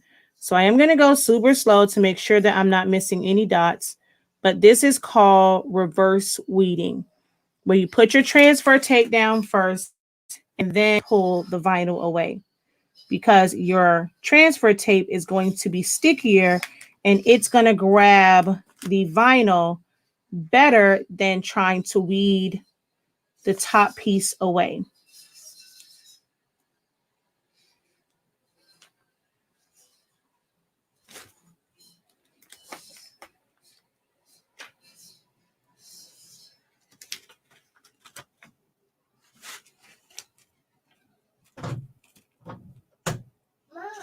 Yes, buddy. I know the door is closed.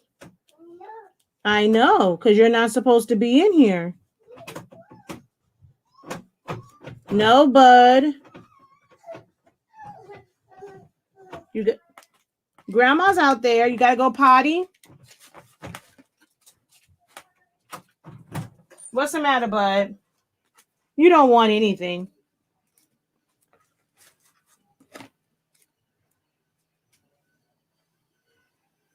See, I opened the door and he left. Okay, so now I'm going to weed out this middle part. And it's going to be ready to go to put down on there. I'm going to take the backing and just cover this back up. So you want me to lock it? No, it's okay. Oh, you opened it or he? I opened it. Oh, okay, sorry. All right, close the door. Oh, so that's cool. Okay. All right, so there's that one, right? Now I'm going to use the clear one for this one. And then I will use the wet method for the other one that I was going to cut. So here's this one. Actually, no, I want to use the wet method for this one because it's a lot of vinyl to this. So I definitely want to use, no, I'm not going to use the wet method for this one. So now for this one, I'm going to weed out this part, which is my registration or my alignment marks. And then we're going to pull out from, oh, wait. For small letters, you want to pull out the cavities first, because once you remove the support, it's going to be really, you're going to start to move around your letters. So for small things like this, small cavities, you want to pull those out first before you weed around it. I'm just going to push them off to the side. Like I'm going to push them into the area that's going to come off. So I'm just going to push them up into that area.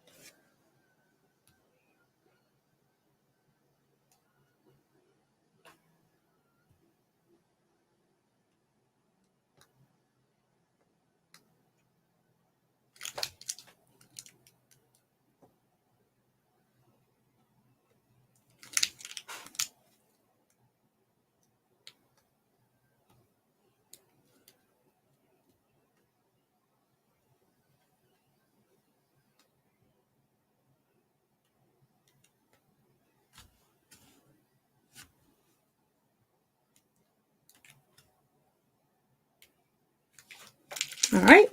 Oh, that's out. So now I can pull.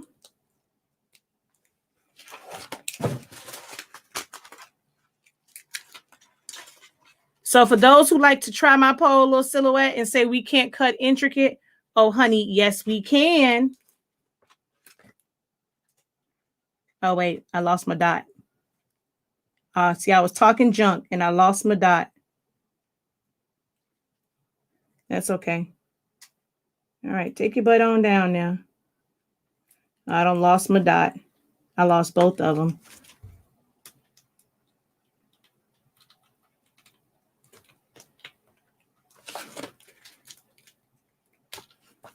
All right, let me see if I can retrieve my dots.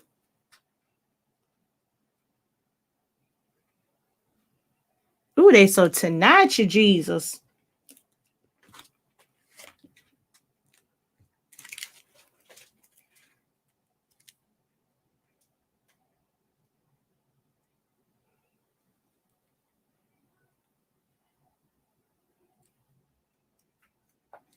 All right, hold on. Trying to retrieve my dot.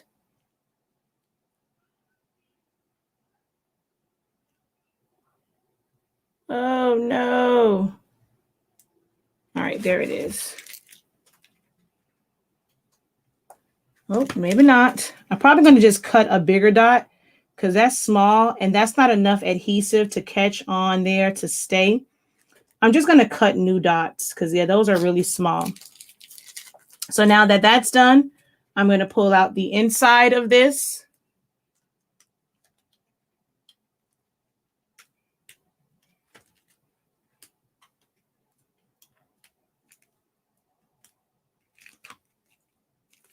And this part also.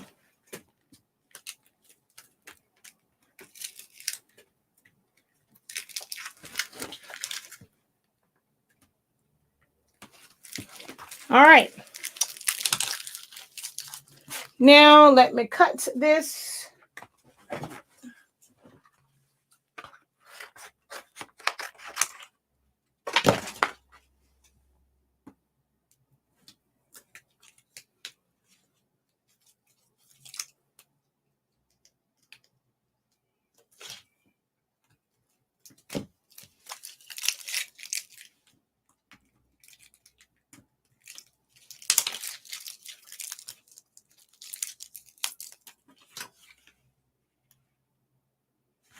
All right. So now this is my method for layering whenever I have to use the paper tape. Oh, I use it all the time.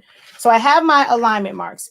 For these, it doesn't matter which order you go in because nothing actually overlaps.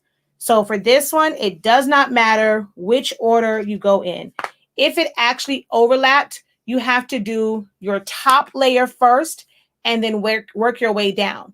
So for these, it doesn't matter which order I go in, but this has to be the last one because they all will go on top of here. All right. So I'm going to use my paper tape because I am going to apply this with the wet method.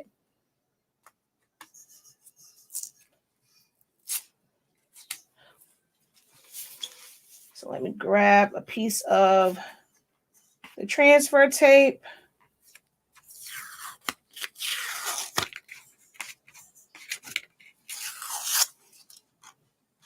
All right, why are you peeling all crazy?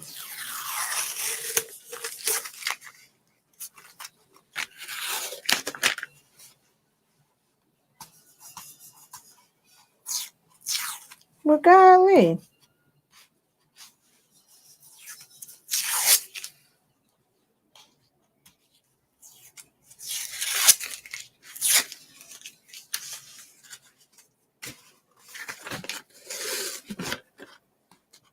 Okay, maybe I won't be using the wet method.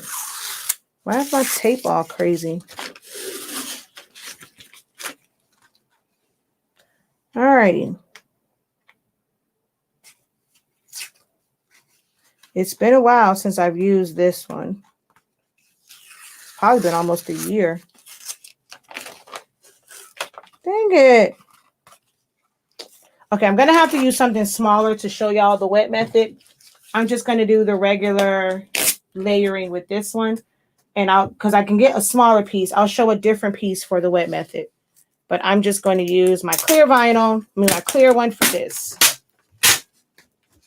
So it has to be as large as your largest piece. So, or as wide as, so I'm going to go off of my black one here and just make sure that I can fit that whole thing on here.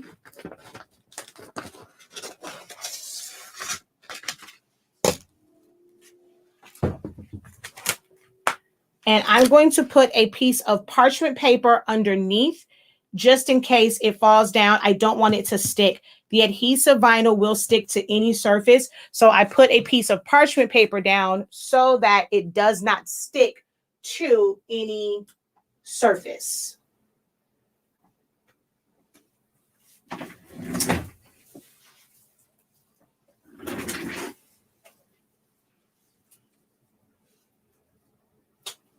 All right.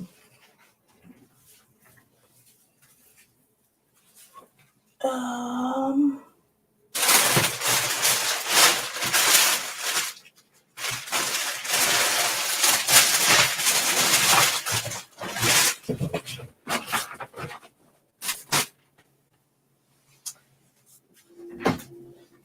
yeah.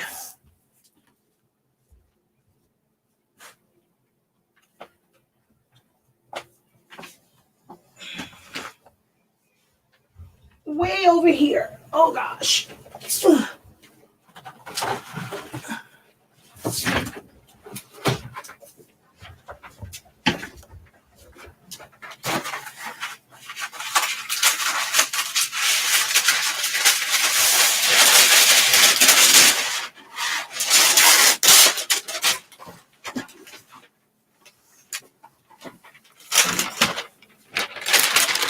Okay. So like I said, it doesn't matter which one I start with. So I'm going to go with the yellow first. And I'm just going to put that down. And I already messed up because I did not go down straight. You don't want any ripples in it.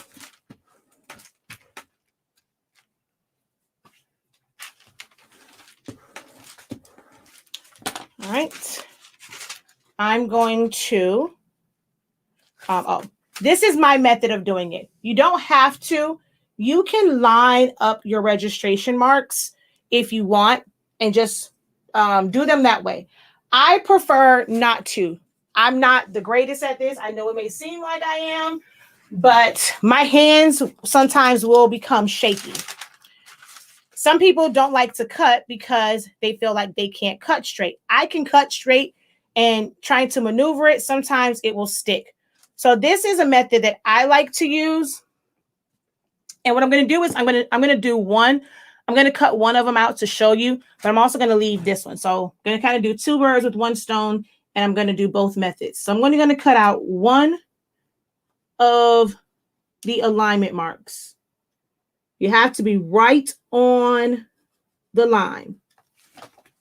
So I normally cut out both of the marks, and that becomes a window where I line up the next color. And if I mess up and I have to lift it up, my marks aren't touching it to where I will lose my location. Because once the marks are up, they're up and they're done. So I normally cut this out. So for the back side, we're going to flip it over. Take off this entire piece. Put it back right underneath the registration mark or alignment marks. You're going to take your next piece,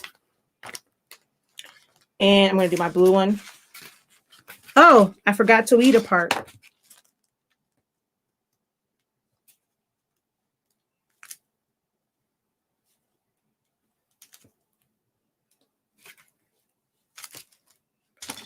And I'm going to line this window right here up with this mark. And I normally would do both, but since I didn't do this side, I'm going to make sure that this side lines up. And then this one, the mark should sit right on top of the one that is there. So if you're doing it this method, it should line right up on top of it. This one, the mark comes in the window. So these are two different methods. I normally don't do them together. I only did it for the sake of this demo. All right, so we kind of push those down. You need to hold your fingers where your marks are. Lift up your transfer tape, pull off this piece. It's tucked to the transfer tape, and roll it down slowly so that there are no bubbles and no gaps. And then go over it with your squeegee.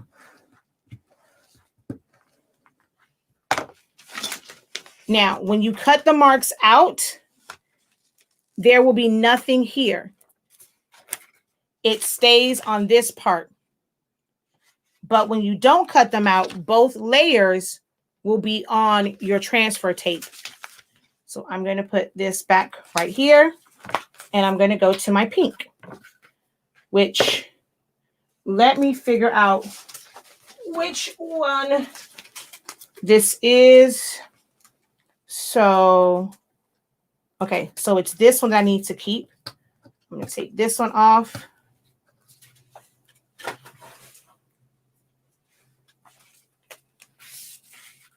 And I'm going to line this one up in my open window first. I prefer the open windows because if I'm off, I could always lift it back up. On this side, if you're off, you just off.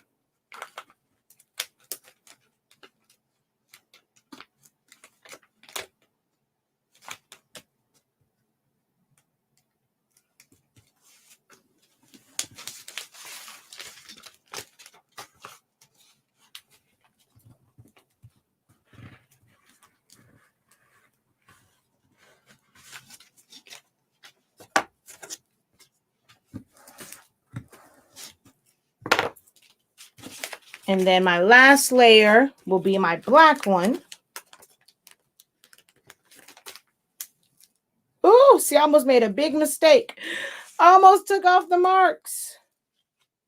And see, the more layers you have, this becomes thicker and it's a lot harder to keep it in place. So that's another reason why I don't like the method where I leave it on there. I like to cut the hole. So I'm going to put this underneath the marks.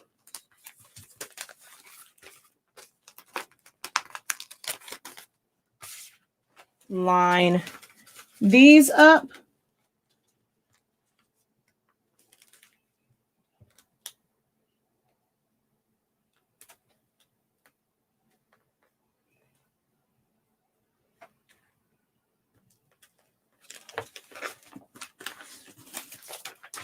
Lift up the transfer tape.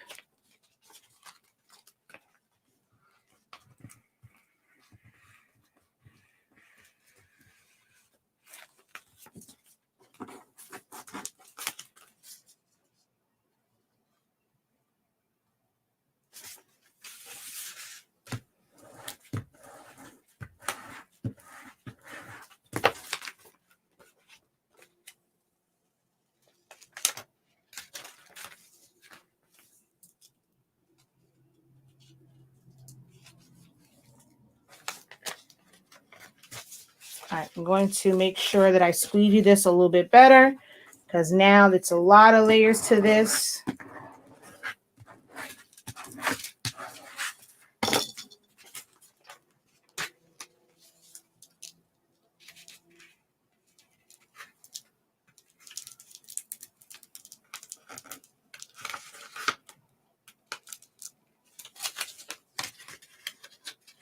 The longest piece definitely needs to go back on it so that it's this one, because this is a piece that's exposed. So I'm going to put the longest piece back on there. I can take these marks off And I'm also going to cut down this transfer tape because I don't need all of it.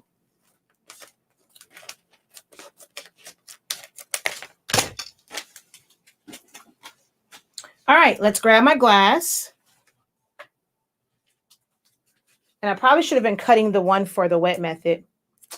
That's what I should have done to start cutting that one.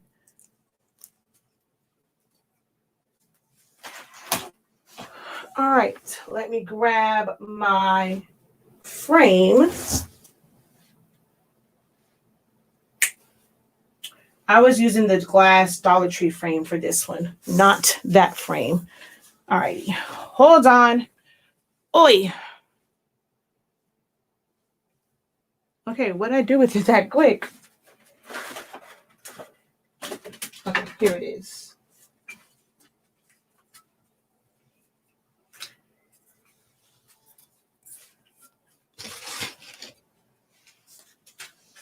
So I'm going to put my parchment paper down. The solution that I use is also a cleaning solution.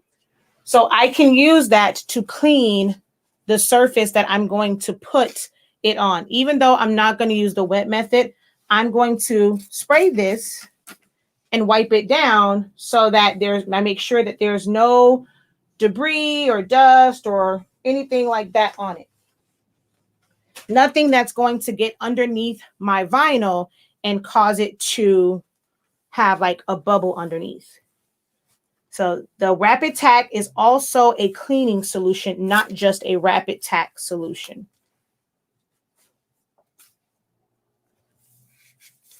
So I'm going to clean that up.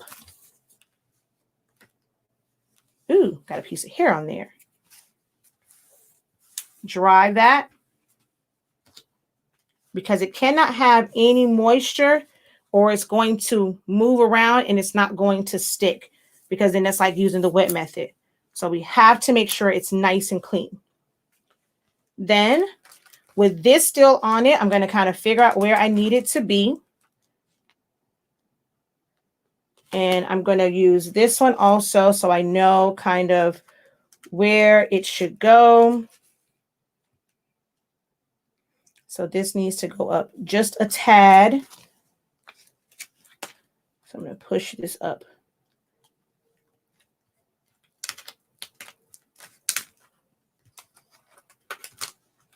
Just a little. And I'm going to use my mat to center it. So having a cutting mat, whether it's your silhouette mat or just like a self-healing mat, I can kind of tell from here, you know, where I'm actually going to go like that. And so I'm going to come in and then in, and this is my center line. So I can see that up there. I'm going to make sure that this is centered on that line.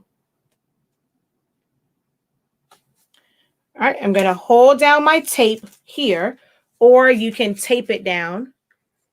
I'm going to lift this up. I'm going to flip it back. Take off the carrier sheet. And using my squeegee, I'm going to make sure that this goes down evenly and smoothly. So I'm going to take my squeegee.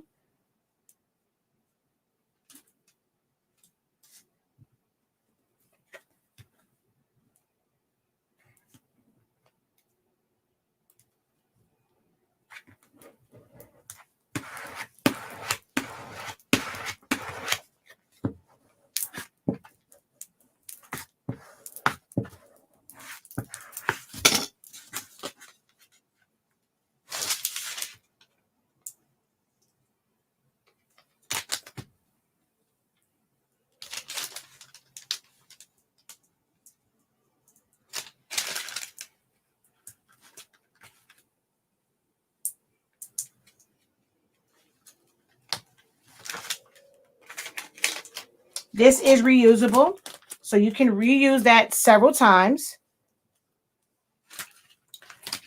So now that I know where this goes, I'm going to use a piece of parchment paper. So this is the other method. When you have to layer and you're not using alignment marks, this is a way to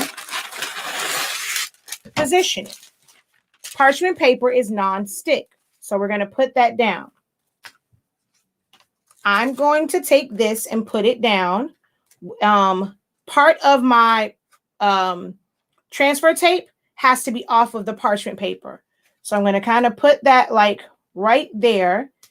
And then I'm going to take this and move it around until I'm right in that spot where it needs to be. I'm going to hold, well, let's get that up there. Hold that. Hold on. I need to put more of my tape off of it. So about there. I'm going to line it up. So I'm going to kind of turn this way so you guys can see. So see, this will move. This will never stick to it. So I can move this around to position it. Oh, almost made a boo-boo there. To where I can position this exactly where it's supposed to go.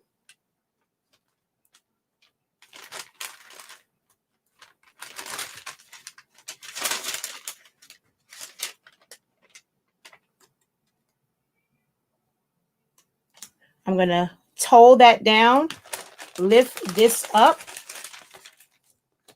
move the parchment paper, and roll it down.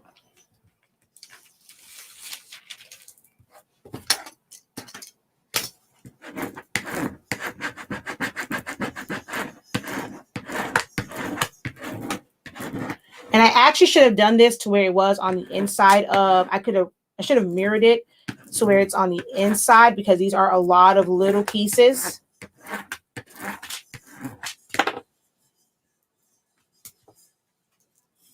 Oh, so not quite.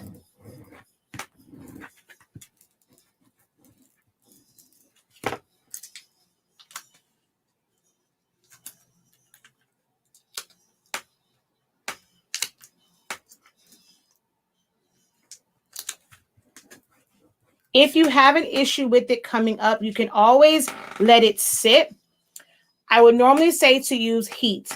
These are really small pieces, so I don't recommend using heat to set this because it's already not a lot of adhesive on the bottom. So if you use heat, you're going to push too much of the adhesive out. You can also try going from a different direction to see if that helps. If it doesn't want to come up, then you just want to let it sit for a few hours so that that adhesive, those are really, really small. So you just want to give it time to set. But for the sake of time, I'm going to keep pushing them down.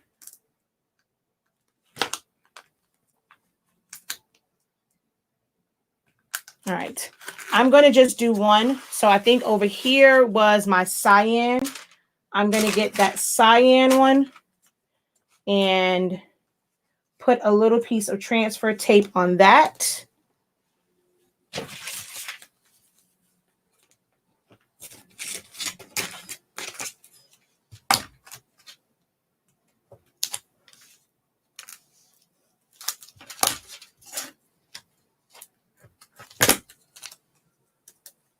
And because this is clear, I can see through it.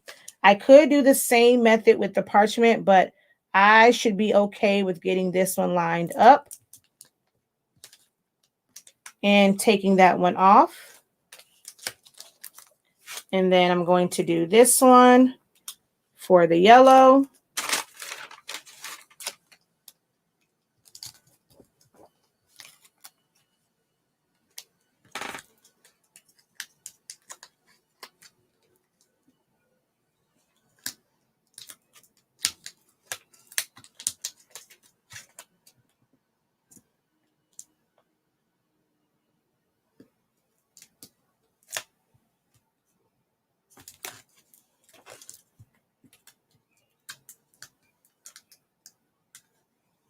All right, I'm going to let this one cure, but there's the glass.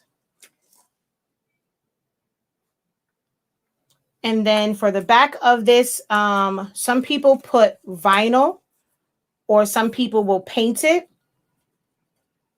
Or you can put it on You can put it on like a white backing if you wanted to kind of have it that way. So you can do any of those methods like to kind of have the backing for this, depending on how you want it to look. Do you want it to float? Do you want it to put it in something? So there's that. And I'm going to use my phone to test it to make sure that it's still working.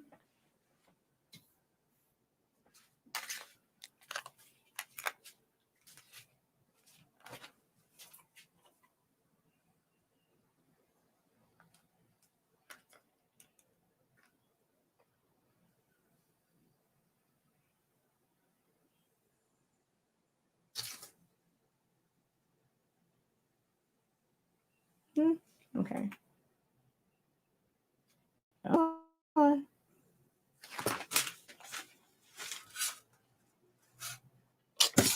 Oh, my phone's going dead. Let's see. Will it still pick up if your phone is dying?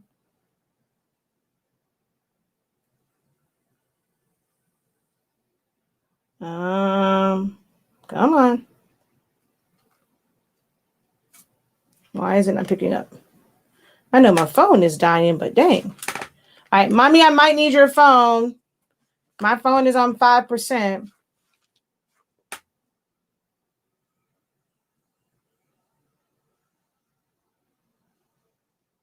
Hold on.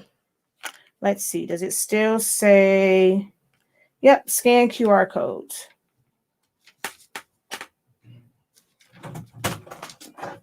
Thanks.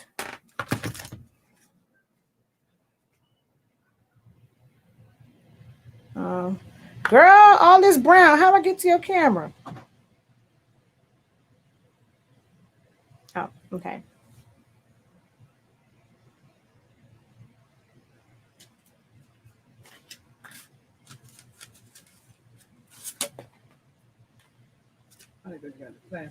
Yeah, I think so too. I'm gonna see if it'll pick up. I think it's the glare, but I'm gonna see if it'll pick up with the white. But I think it's, yeah, because I still have the plastic on there. But it picked up from the computer. It picked up when you did it on my side for the girl. So yeah. You know it worked.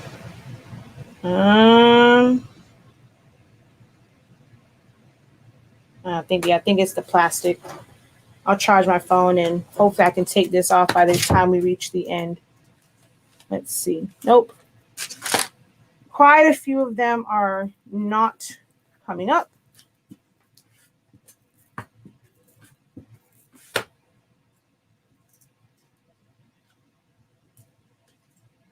They are not staying down, not coming up, not staying down.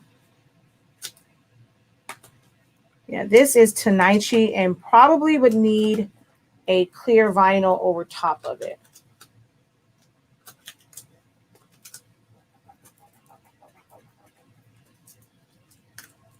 Yeah, I'm going to have to let this sit so that it can cure. But there is that on the glass.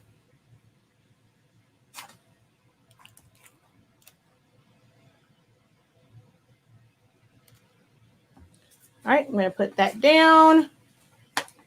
And then I'm going to do the wet method for the cup. All right. Oh, yeah. Let me come back over here.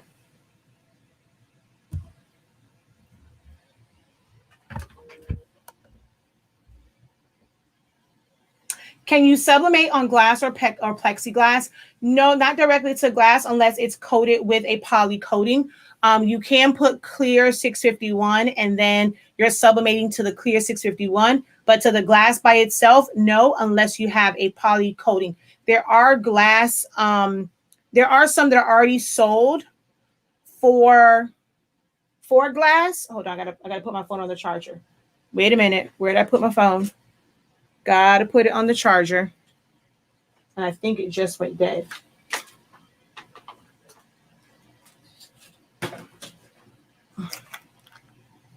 Yes, it did. So you guys are going to get a glare behind me because my lights behind me are controlled by, whoa. Dang it. They're controlled by my phone. So you're going to get a glare from behind me.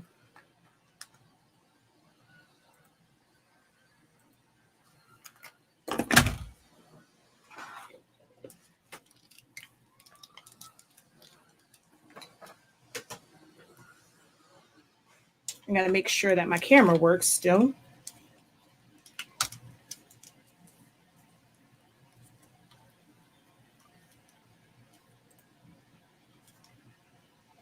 Ooh, that's not good.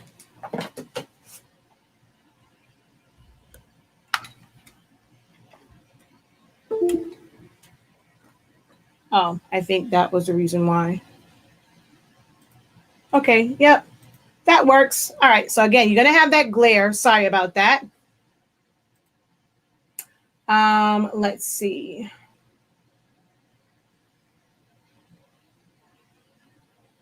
I probably would have done a print and cut for the QR code. You can do that, but if you want that kind of transparent looking, you definitely can print that to like a white label and then put that on there. You definitely can do it that way also.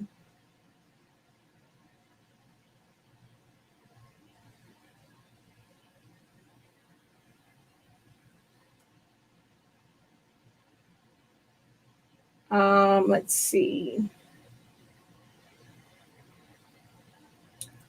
Thank you, Regina. All right. So let me go ahead and I was just going to cut the drip for that one. So let me cut that out. Or actually, let's do my dolphin logo. Where did the mug go? All right. So with this one, you're going to measure. So someone said they couldn't figure out the right size for this. So I'm going to get my ruler.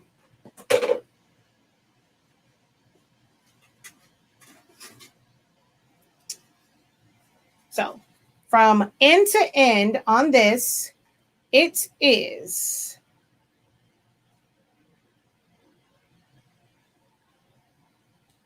3 inches. And then to the middle, it is a little under 2.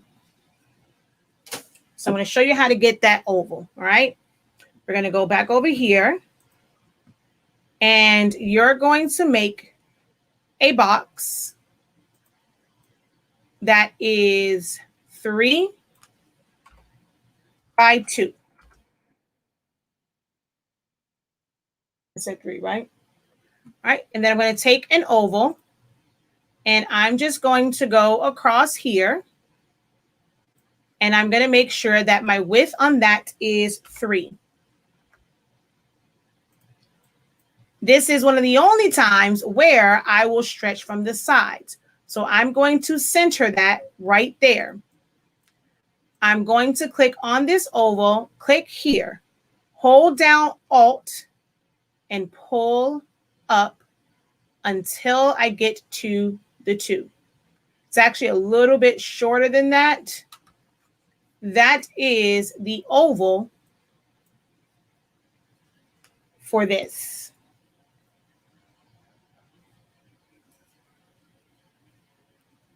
All right. I'm going to check and make sure that it was 3. It looks a little, it doesn't look as narrow, and I think I went to the wrong one. So now I'm going to use a piece of paper to check just to make sure that it was indeed 3. Because that looks a little wide.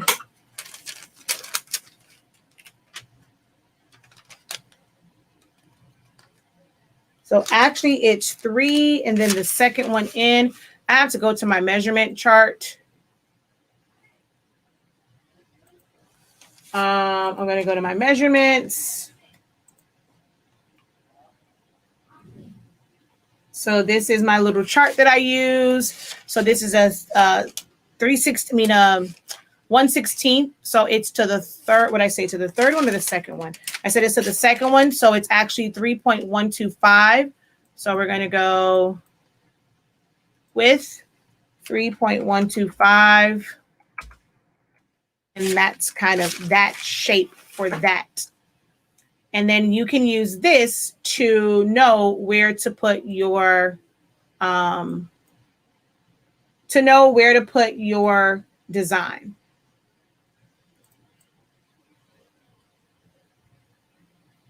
All right. So I'm going to, I had the football ones, but I really don't want to do football. I want to do HS ink. So I'm going to take that one and let's go to here and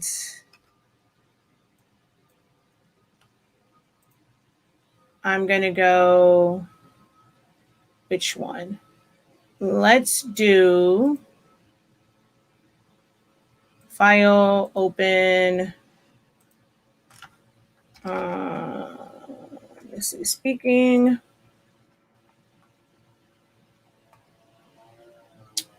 And I want the stacked one.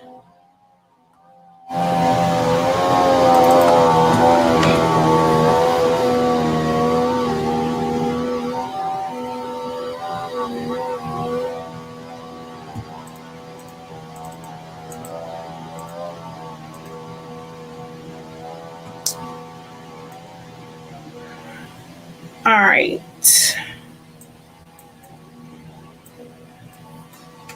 Copy. I'm going to do all of this from one color because it's already 8 o'clock. So I'm going to go like this and go down here.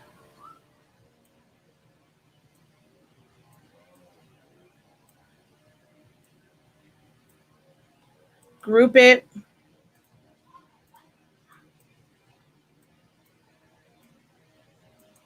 Group it. And then I'm going to select it and center it.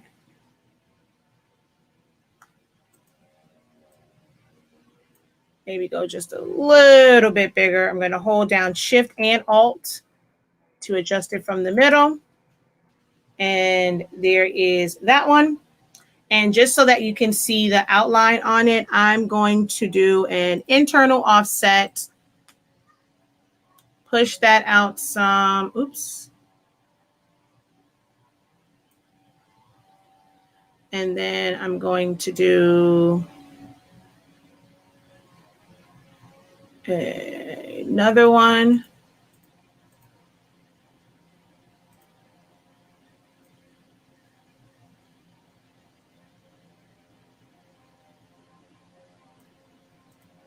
Just so that it's not right on the edge.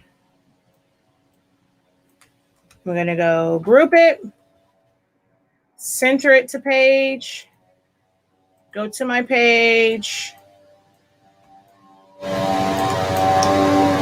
rotate this bad boy, and we're going to cut this one from all black vinyl.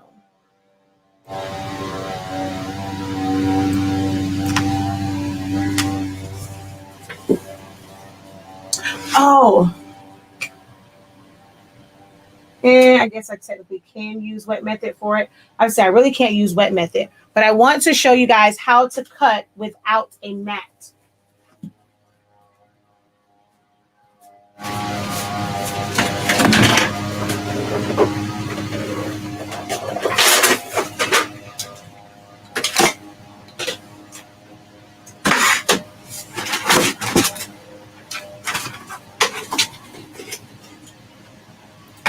Oh, but I have this leftover black. Okay.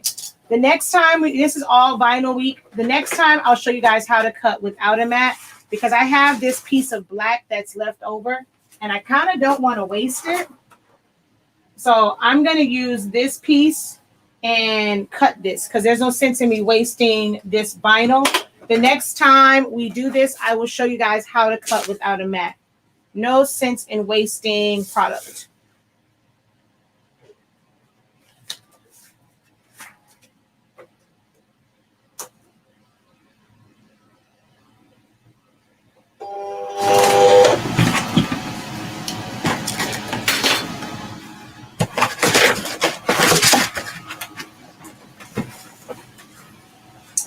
right. I'm going to go over here and go to send. And everything is set to cut, but I don't want everything to cut. I don't want my insides to cut. So I'm going to set that to, why are you not picking up? It's ready. Okay, so cancel. I have to cancel that one. Action.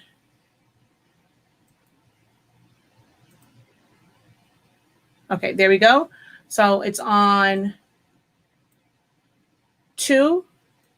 I'm going to take this down to 10 because last time it cut a little too deep. And then my speed, 3, and cut edge. Oh, this is not, a compound path. Hold on. The reason why it did that is if I fill this with color, they're both going to fill in with color. I need to make it a compound path so that it's an edge.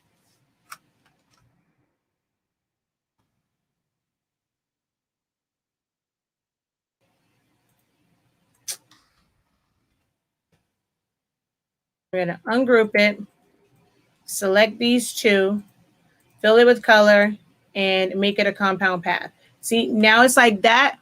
When I go to send now and I go cut edge, it's actually going to still cut the words because the edge is that band around it. So we're going to go ahead and hit send. Oh, I should have brought that over some.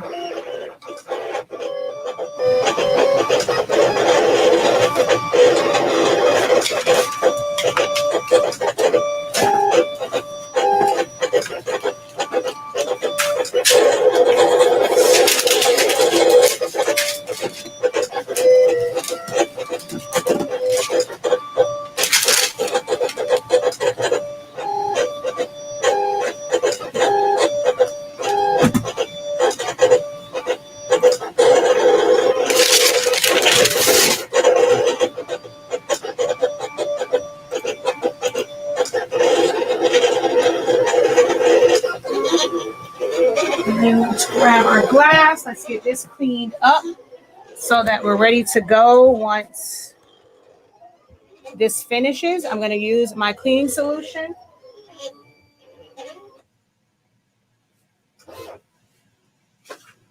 Oh, that cut faster than I thought. All right, we're going to unload this.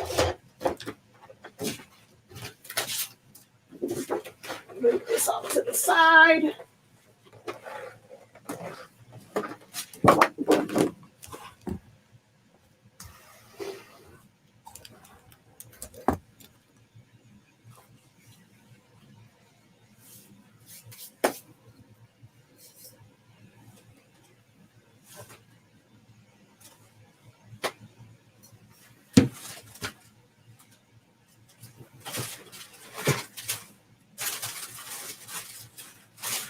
It's not my fault. I promise you it's not. I just used it. I don't see my cleaning solution.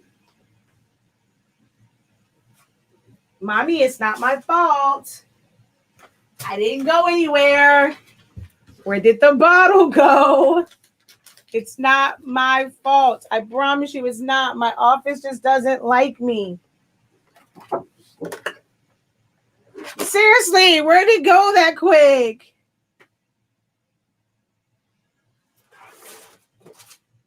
Seriously. Where's my spray? It's not me, y'all. I promise it's not me. I didn't go anywhere. I didn't leave the room. Nothing. Where did the spray go? Oh, it's behind my heat press. I got it. It was behind my heat press. It's not my fault. She always said, how do you lose? I don't know. It was behind the heat press. All right. So I'm going to clean that one. And then now we're going to weed this one out. See, look, can't lose that because it sticks to everything.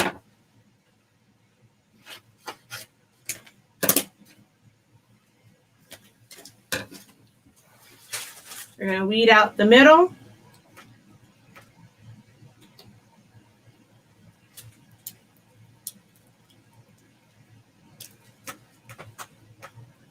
And I'm going to go back in eventually and put my colors for my drips on. But for now, this is the one that I'm going to use. So we're going to go like that.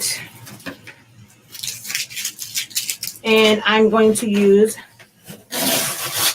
the paper tape. Place that down in the middle.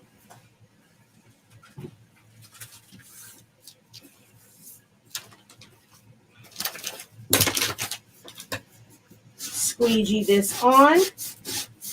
Even though it's not like the clear one, you can still clearly see through it. So you'll know where to line up your design. I'm going to go ahead and cut off the extra of this.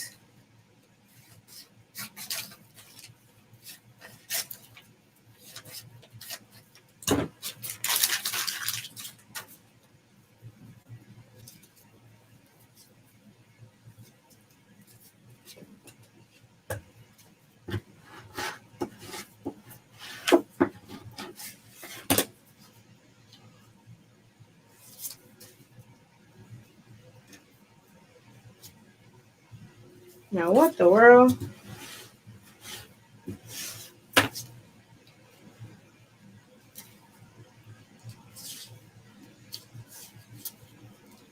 Okay, there it goes. I was like, what the heck?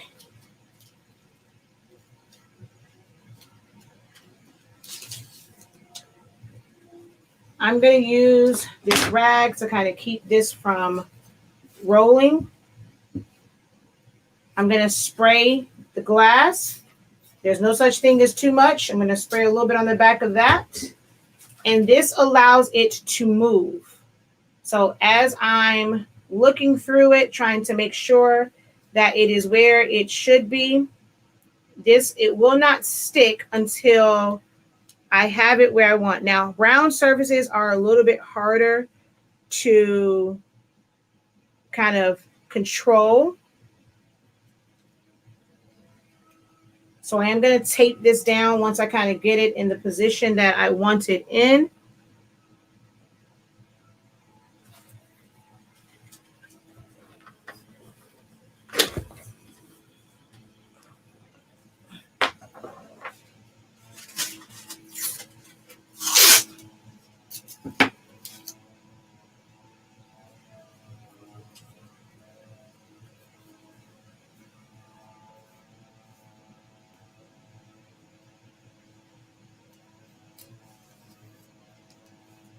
And then I'm going to use my squeegee to push out the fluid and to get it to stay.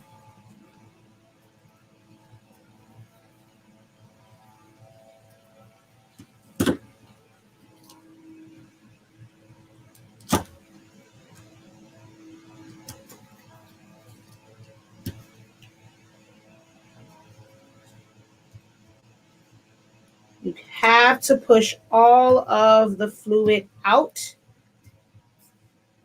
in order for it to stay. I think I probably put too much on this surface. Just really got to squeegee this out. This is round, so it's going to be a lot harder to get all of that fluid from under there.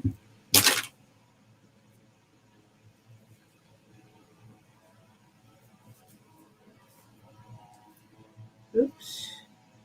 All right. I'm going to also use my heat gun to help dry up some of that liquid.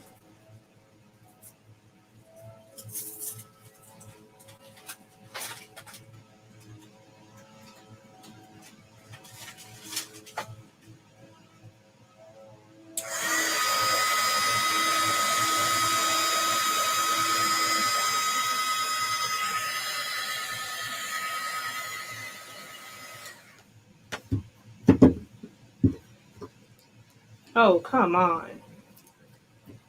I didn't put that much on there.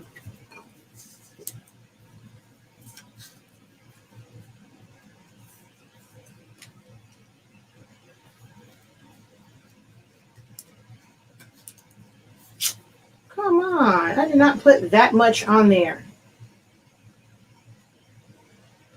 Because my top of my paper is dry. I'm going to put a little bit more tape on it just to keep it in place.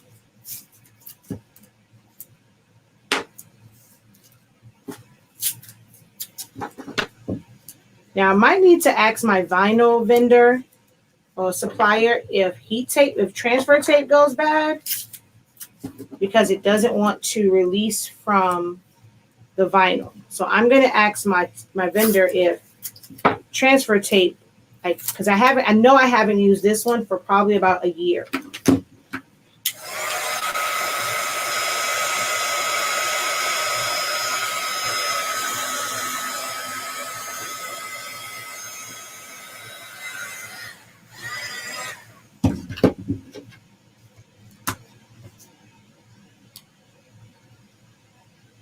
But there's still a lot of fluid under there.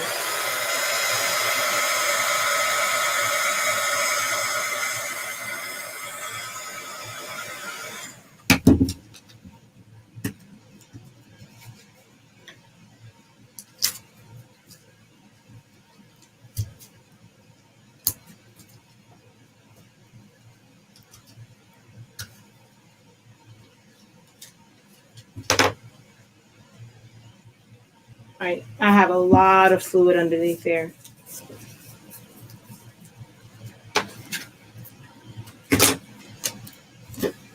Way too much fluid.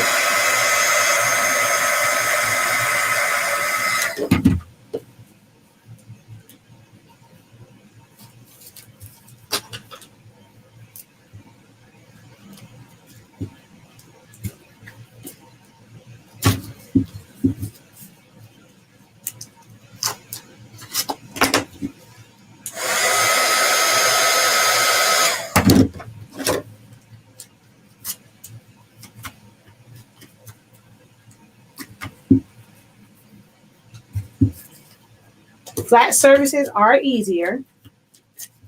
If you saw me do the yard signs, you saw me do that with the solution. So flat surfaces are much easier, and it slid down.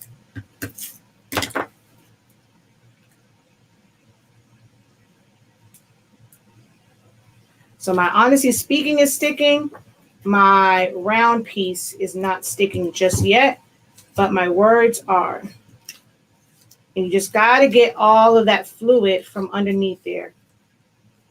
This is round, so I'm not getting like full contact with it.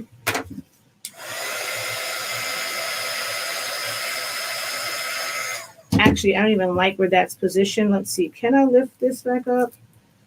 Hopefully all of it isn't stuck. Ooh, it's starting to stick.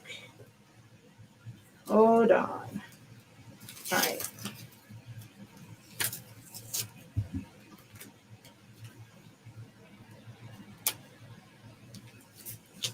See, now I can't.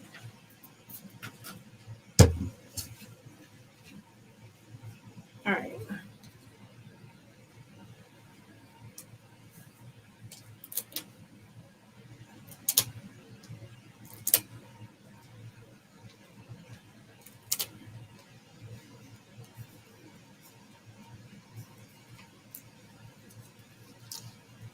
Over just a little bit more.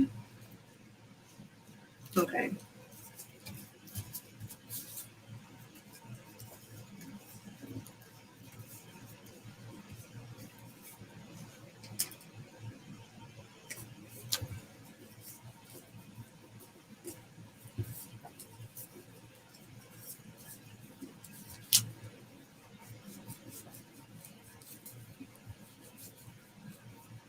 And I move. I just ruined this one.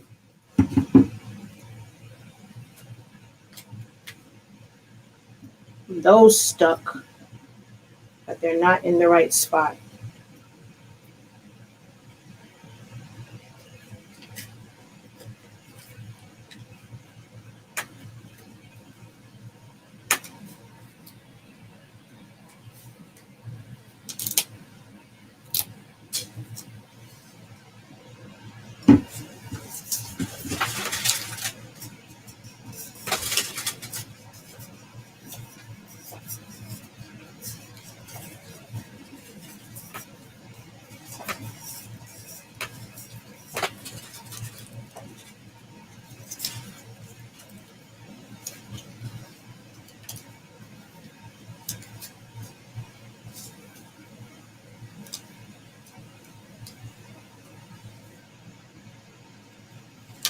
I stretch this.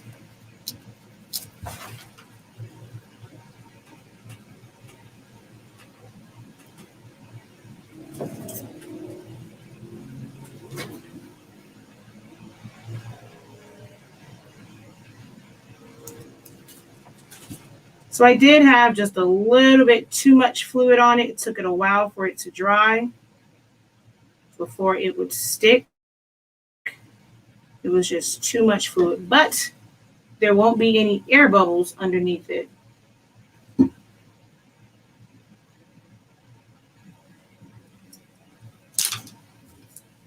So this one I'm gonna take off because it did mess up, but there's that one.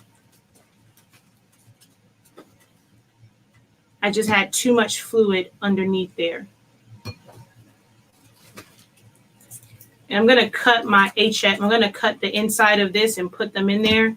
But for the sake of time, I just made it in all black.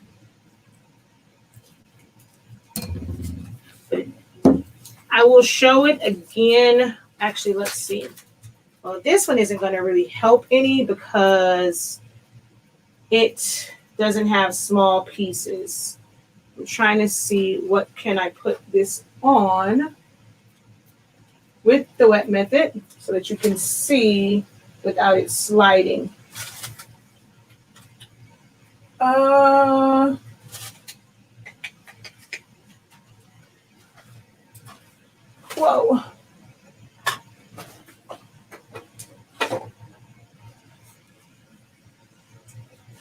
Oh, yeah, duh. This is solid. I can just put this like this. There's no sense in me using. Oh, although I will say it can help for this because this is a solid piece and how this is. The wet method can help even for this because you're able to put it down and stretch it because it's still wet. So that will allow you to put it on. I'm going to take this off. That will help you put it on round surfaces because it's wet. It'll still move. It's not going to stick to it. And that will allow you to, broke it. Dang it. That will allow you to press around round surfaces if you use the wet method. Of course, this had a bunch of holes in it, but you can still see where this part is on the curve. It will go around it. So wet method does help with going around curves. When it's a solid piece, you have to be able to take it off of your backing, and that will help you get something like that around because this is curved right here.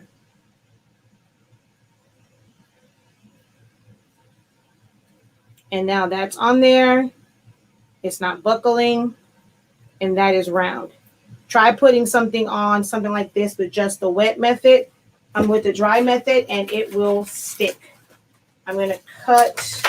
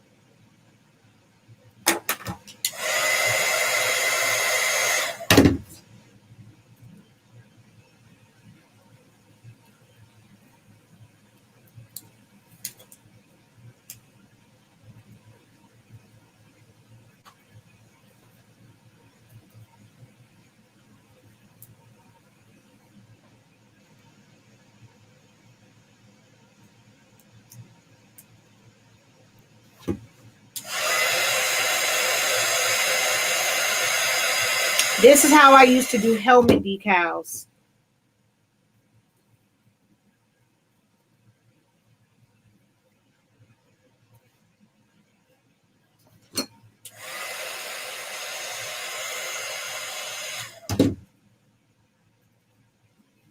And that's on there without any ripples.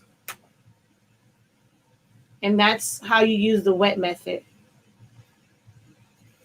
And just kind of keep getting all that fluid out. So you see this has a booty and it's not on the flat part, and you're able to get around it using wet method and heat.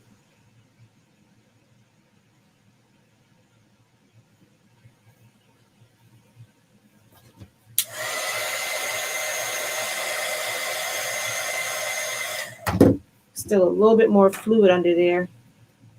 There we go. So that is adhesive day. And tomorrow is supposed to be car decals, but I don't know if my godson is going to be available for me to put it on his car. So I'm going to do his business one on his, not his car, on his van. So I may just do just a decal and put it on our window. I'll probably put something about epilepsy because I can't do his van. I'll probably do something for epilepsy and put it on our car, on our car. And then here is this one. Let's see if it cured enough. Nope, not yet. These are some really small pieces. So I'll probably have to show it tomorrow where I'll take this off and everything, all the adhesive would have cured because that's really small and there's not a lot of adhesive on there. Yeah, I'm gonna have to let this cure because those pieces are not coming off from the transfer tape.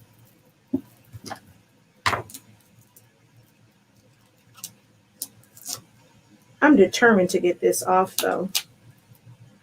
I want to see it now. I don't want to wait.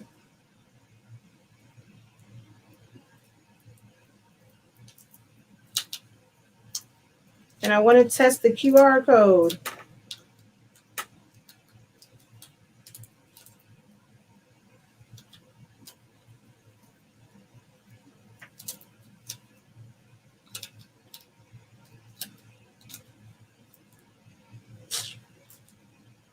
Ugh. It won't pick up with this plastic on it. I want to do the QR code where you guys can see it on my phone.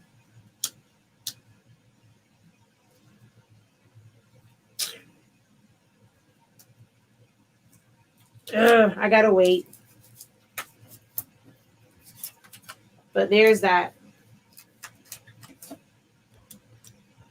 All right, y'all. I am done. So we saw wet method, dry method, and layering with no marks. The only thing I did not do is cutting without a mat because we are very, very late. We're like 2.5 hours in. So tomorrow I will show cutting with no mat.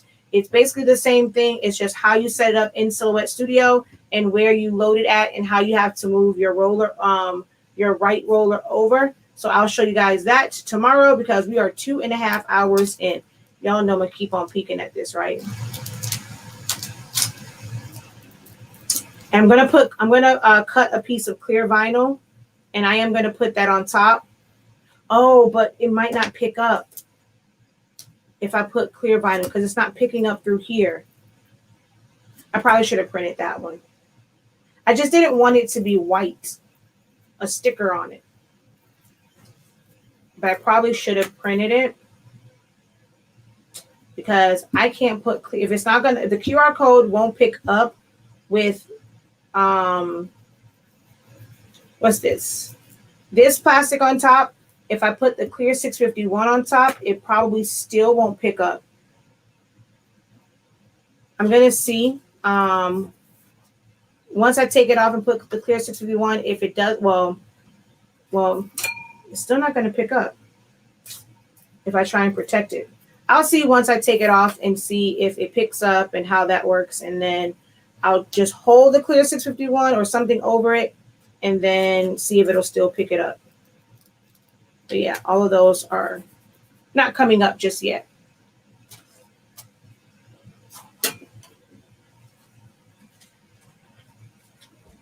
All right, thank you guys so very much for joining me today.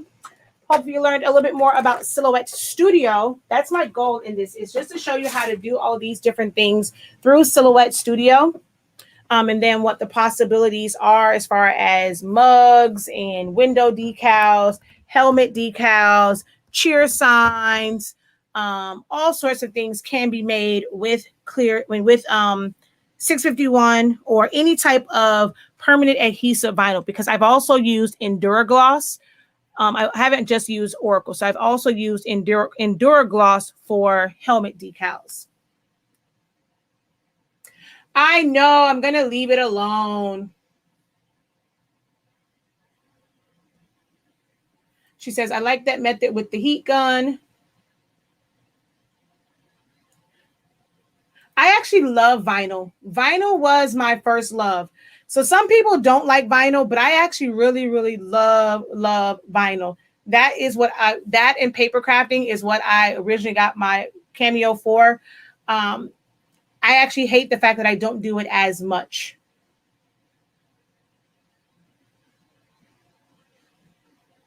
So wet method allows you to put things down where you can reposition it and move it.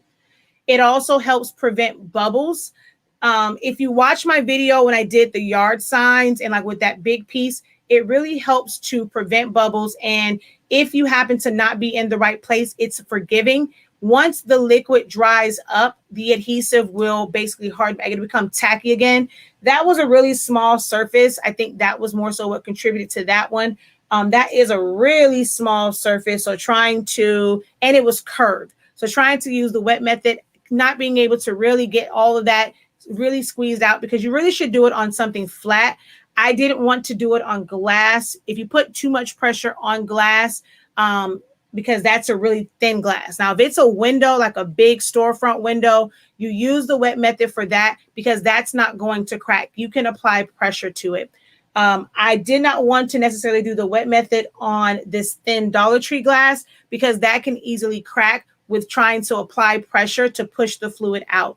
When I do the one on the car, I'm going to try and make that one, a decent size. And you're going to see putting it on there, I'm not going to have any bubbles underneath. So that's the benefits of the wet method versus dry. Once you use the dry method, once that adhesive comes in contact with your substrate, it's going to start to stick. So if you make a mistake, if it's off, it's not quite right, you're not going to be able to lift that up without stretching. Or if it's like a lot of pieces, you may end up moving something, like, one part will stick, then you have to lift that up, take that off. So wet method just gives you it's a little bit more forgiveness and a little bit more working time.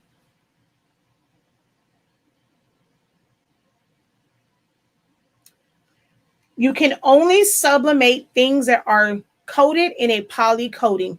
So if it can be etched, but if on there is no poly coating, you cannot sublimate to it. It must be coated for sublimation.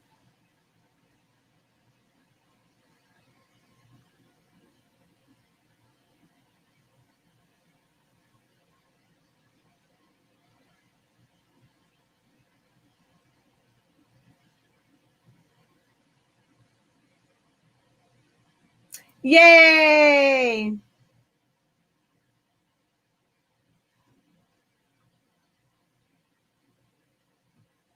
Yep. Great time to do that. Let's see.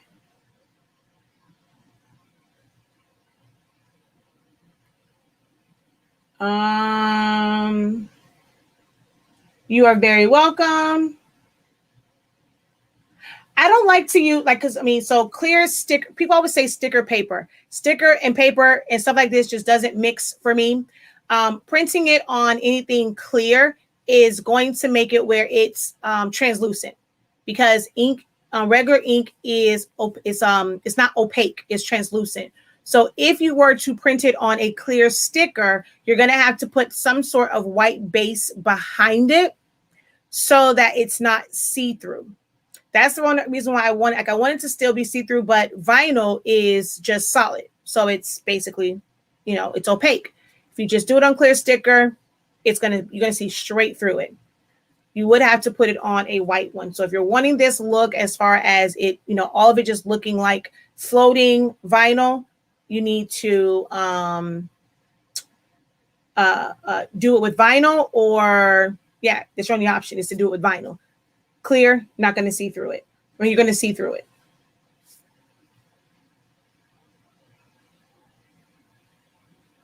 I'm getting me a heat gun tomorrow. So no, it's already oh, I could have done that. That would have been better. Yeah, I was thinking to put it on top, but what you're saying, make it a sticker. I could cut the clear 651, apply this to the clear 651 because it will attach to 651, and then put that whole thing there. What I was thinking was to put the clear 651 on top just to seal in all, because these are some really small dots. They would definitely come off. But your method also would probably work out best. If it doesn't stick, I just might do that. I might let it cut tonight.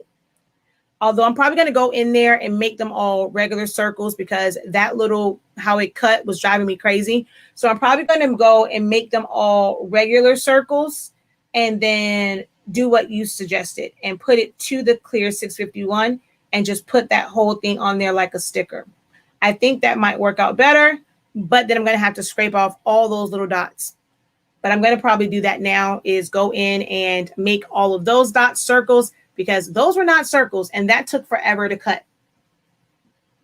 All right. Thank you guys so very much for joining me. Tomorrow is, what did I say tomorrow was? It's supposed to be adhesive vinyl for car decals.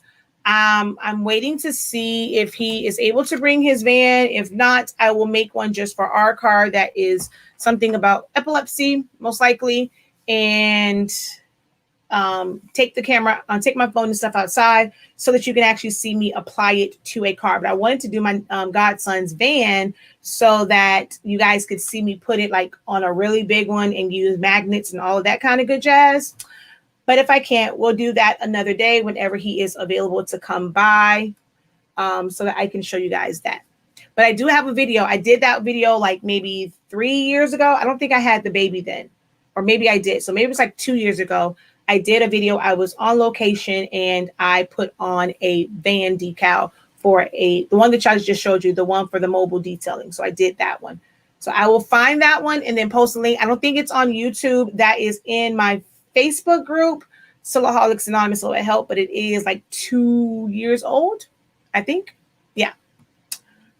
All right, y'all. Thank you so much. Until next time, guys, have a great one. Continue to unlock your creativity and be incredible. Peace.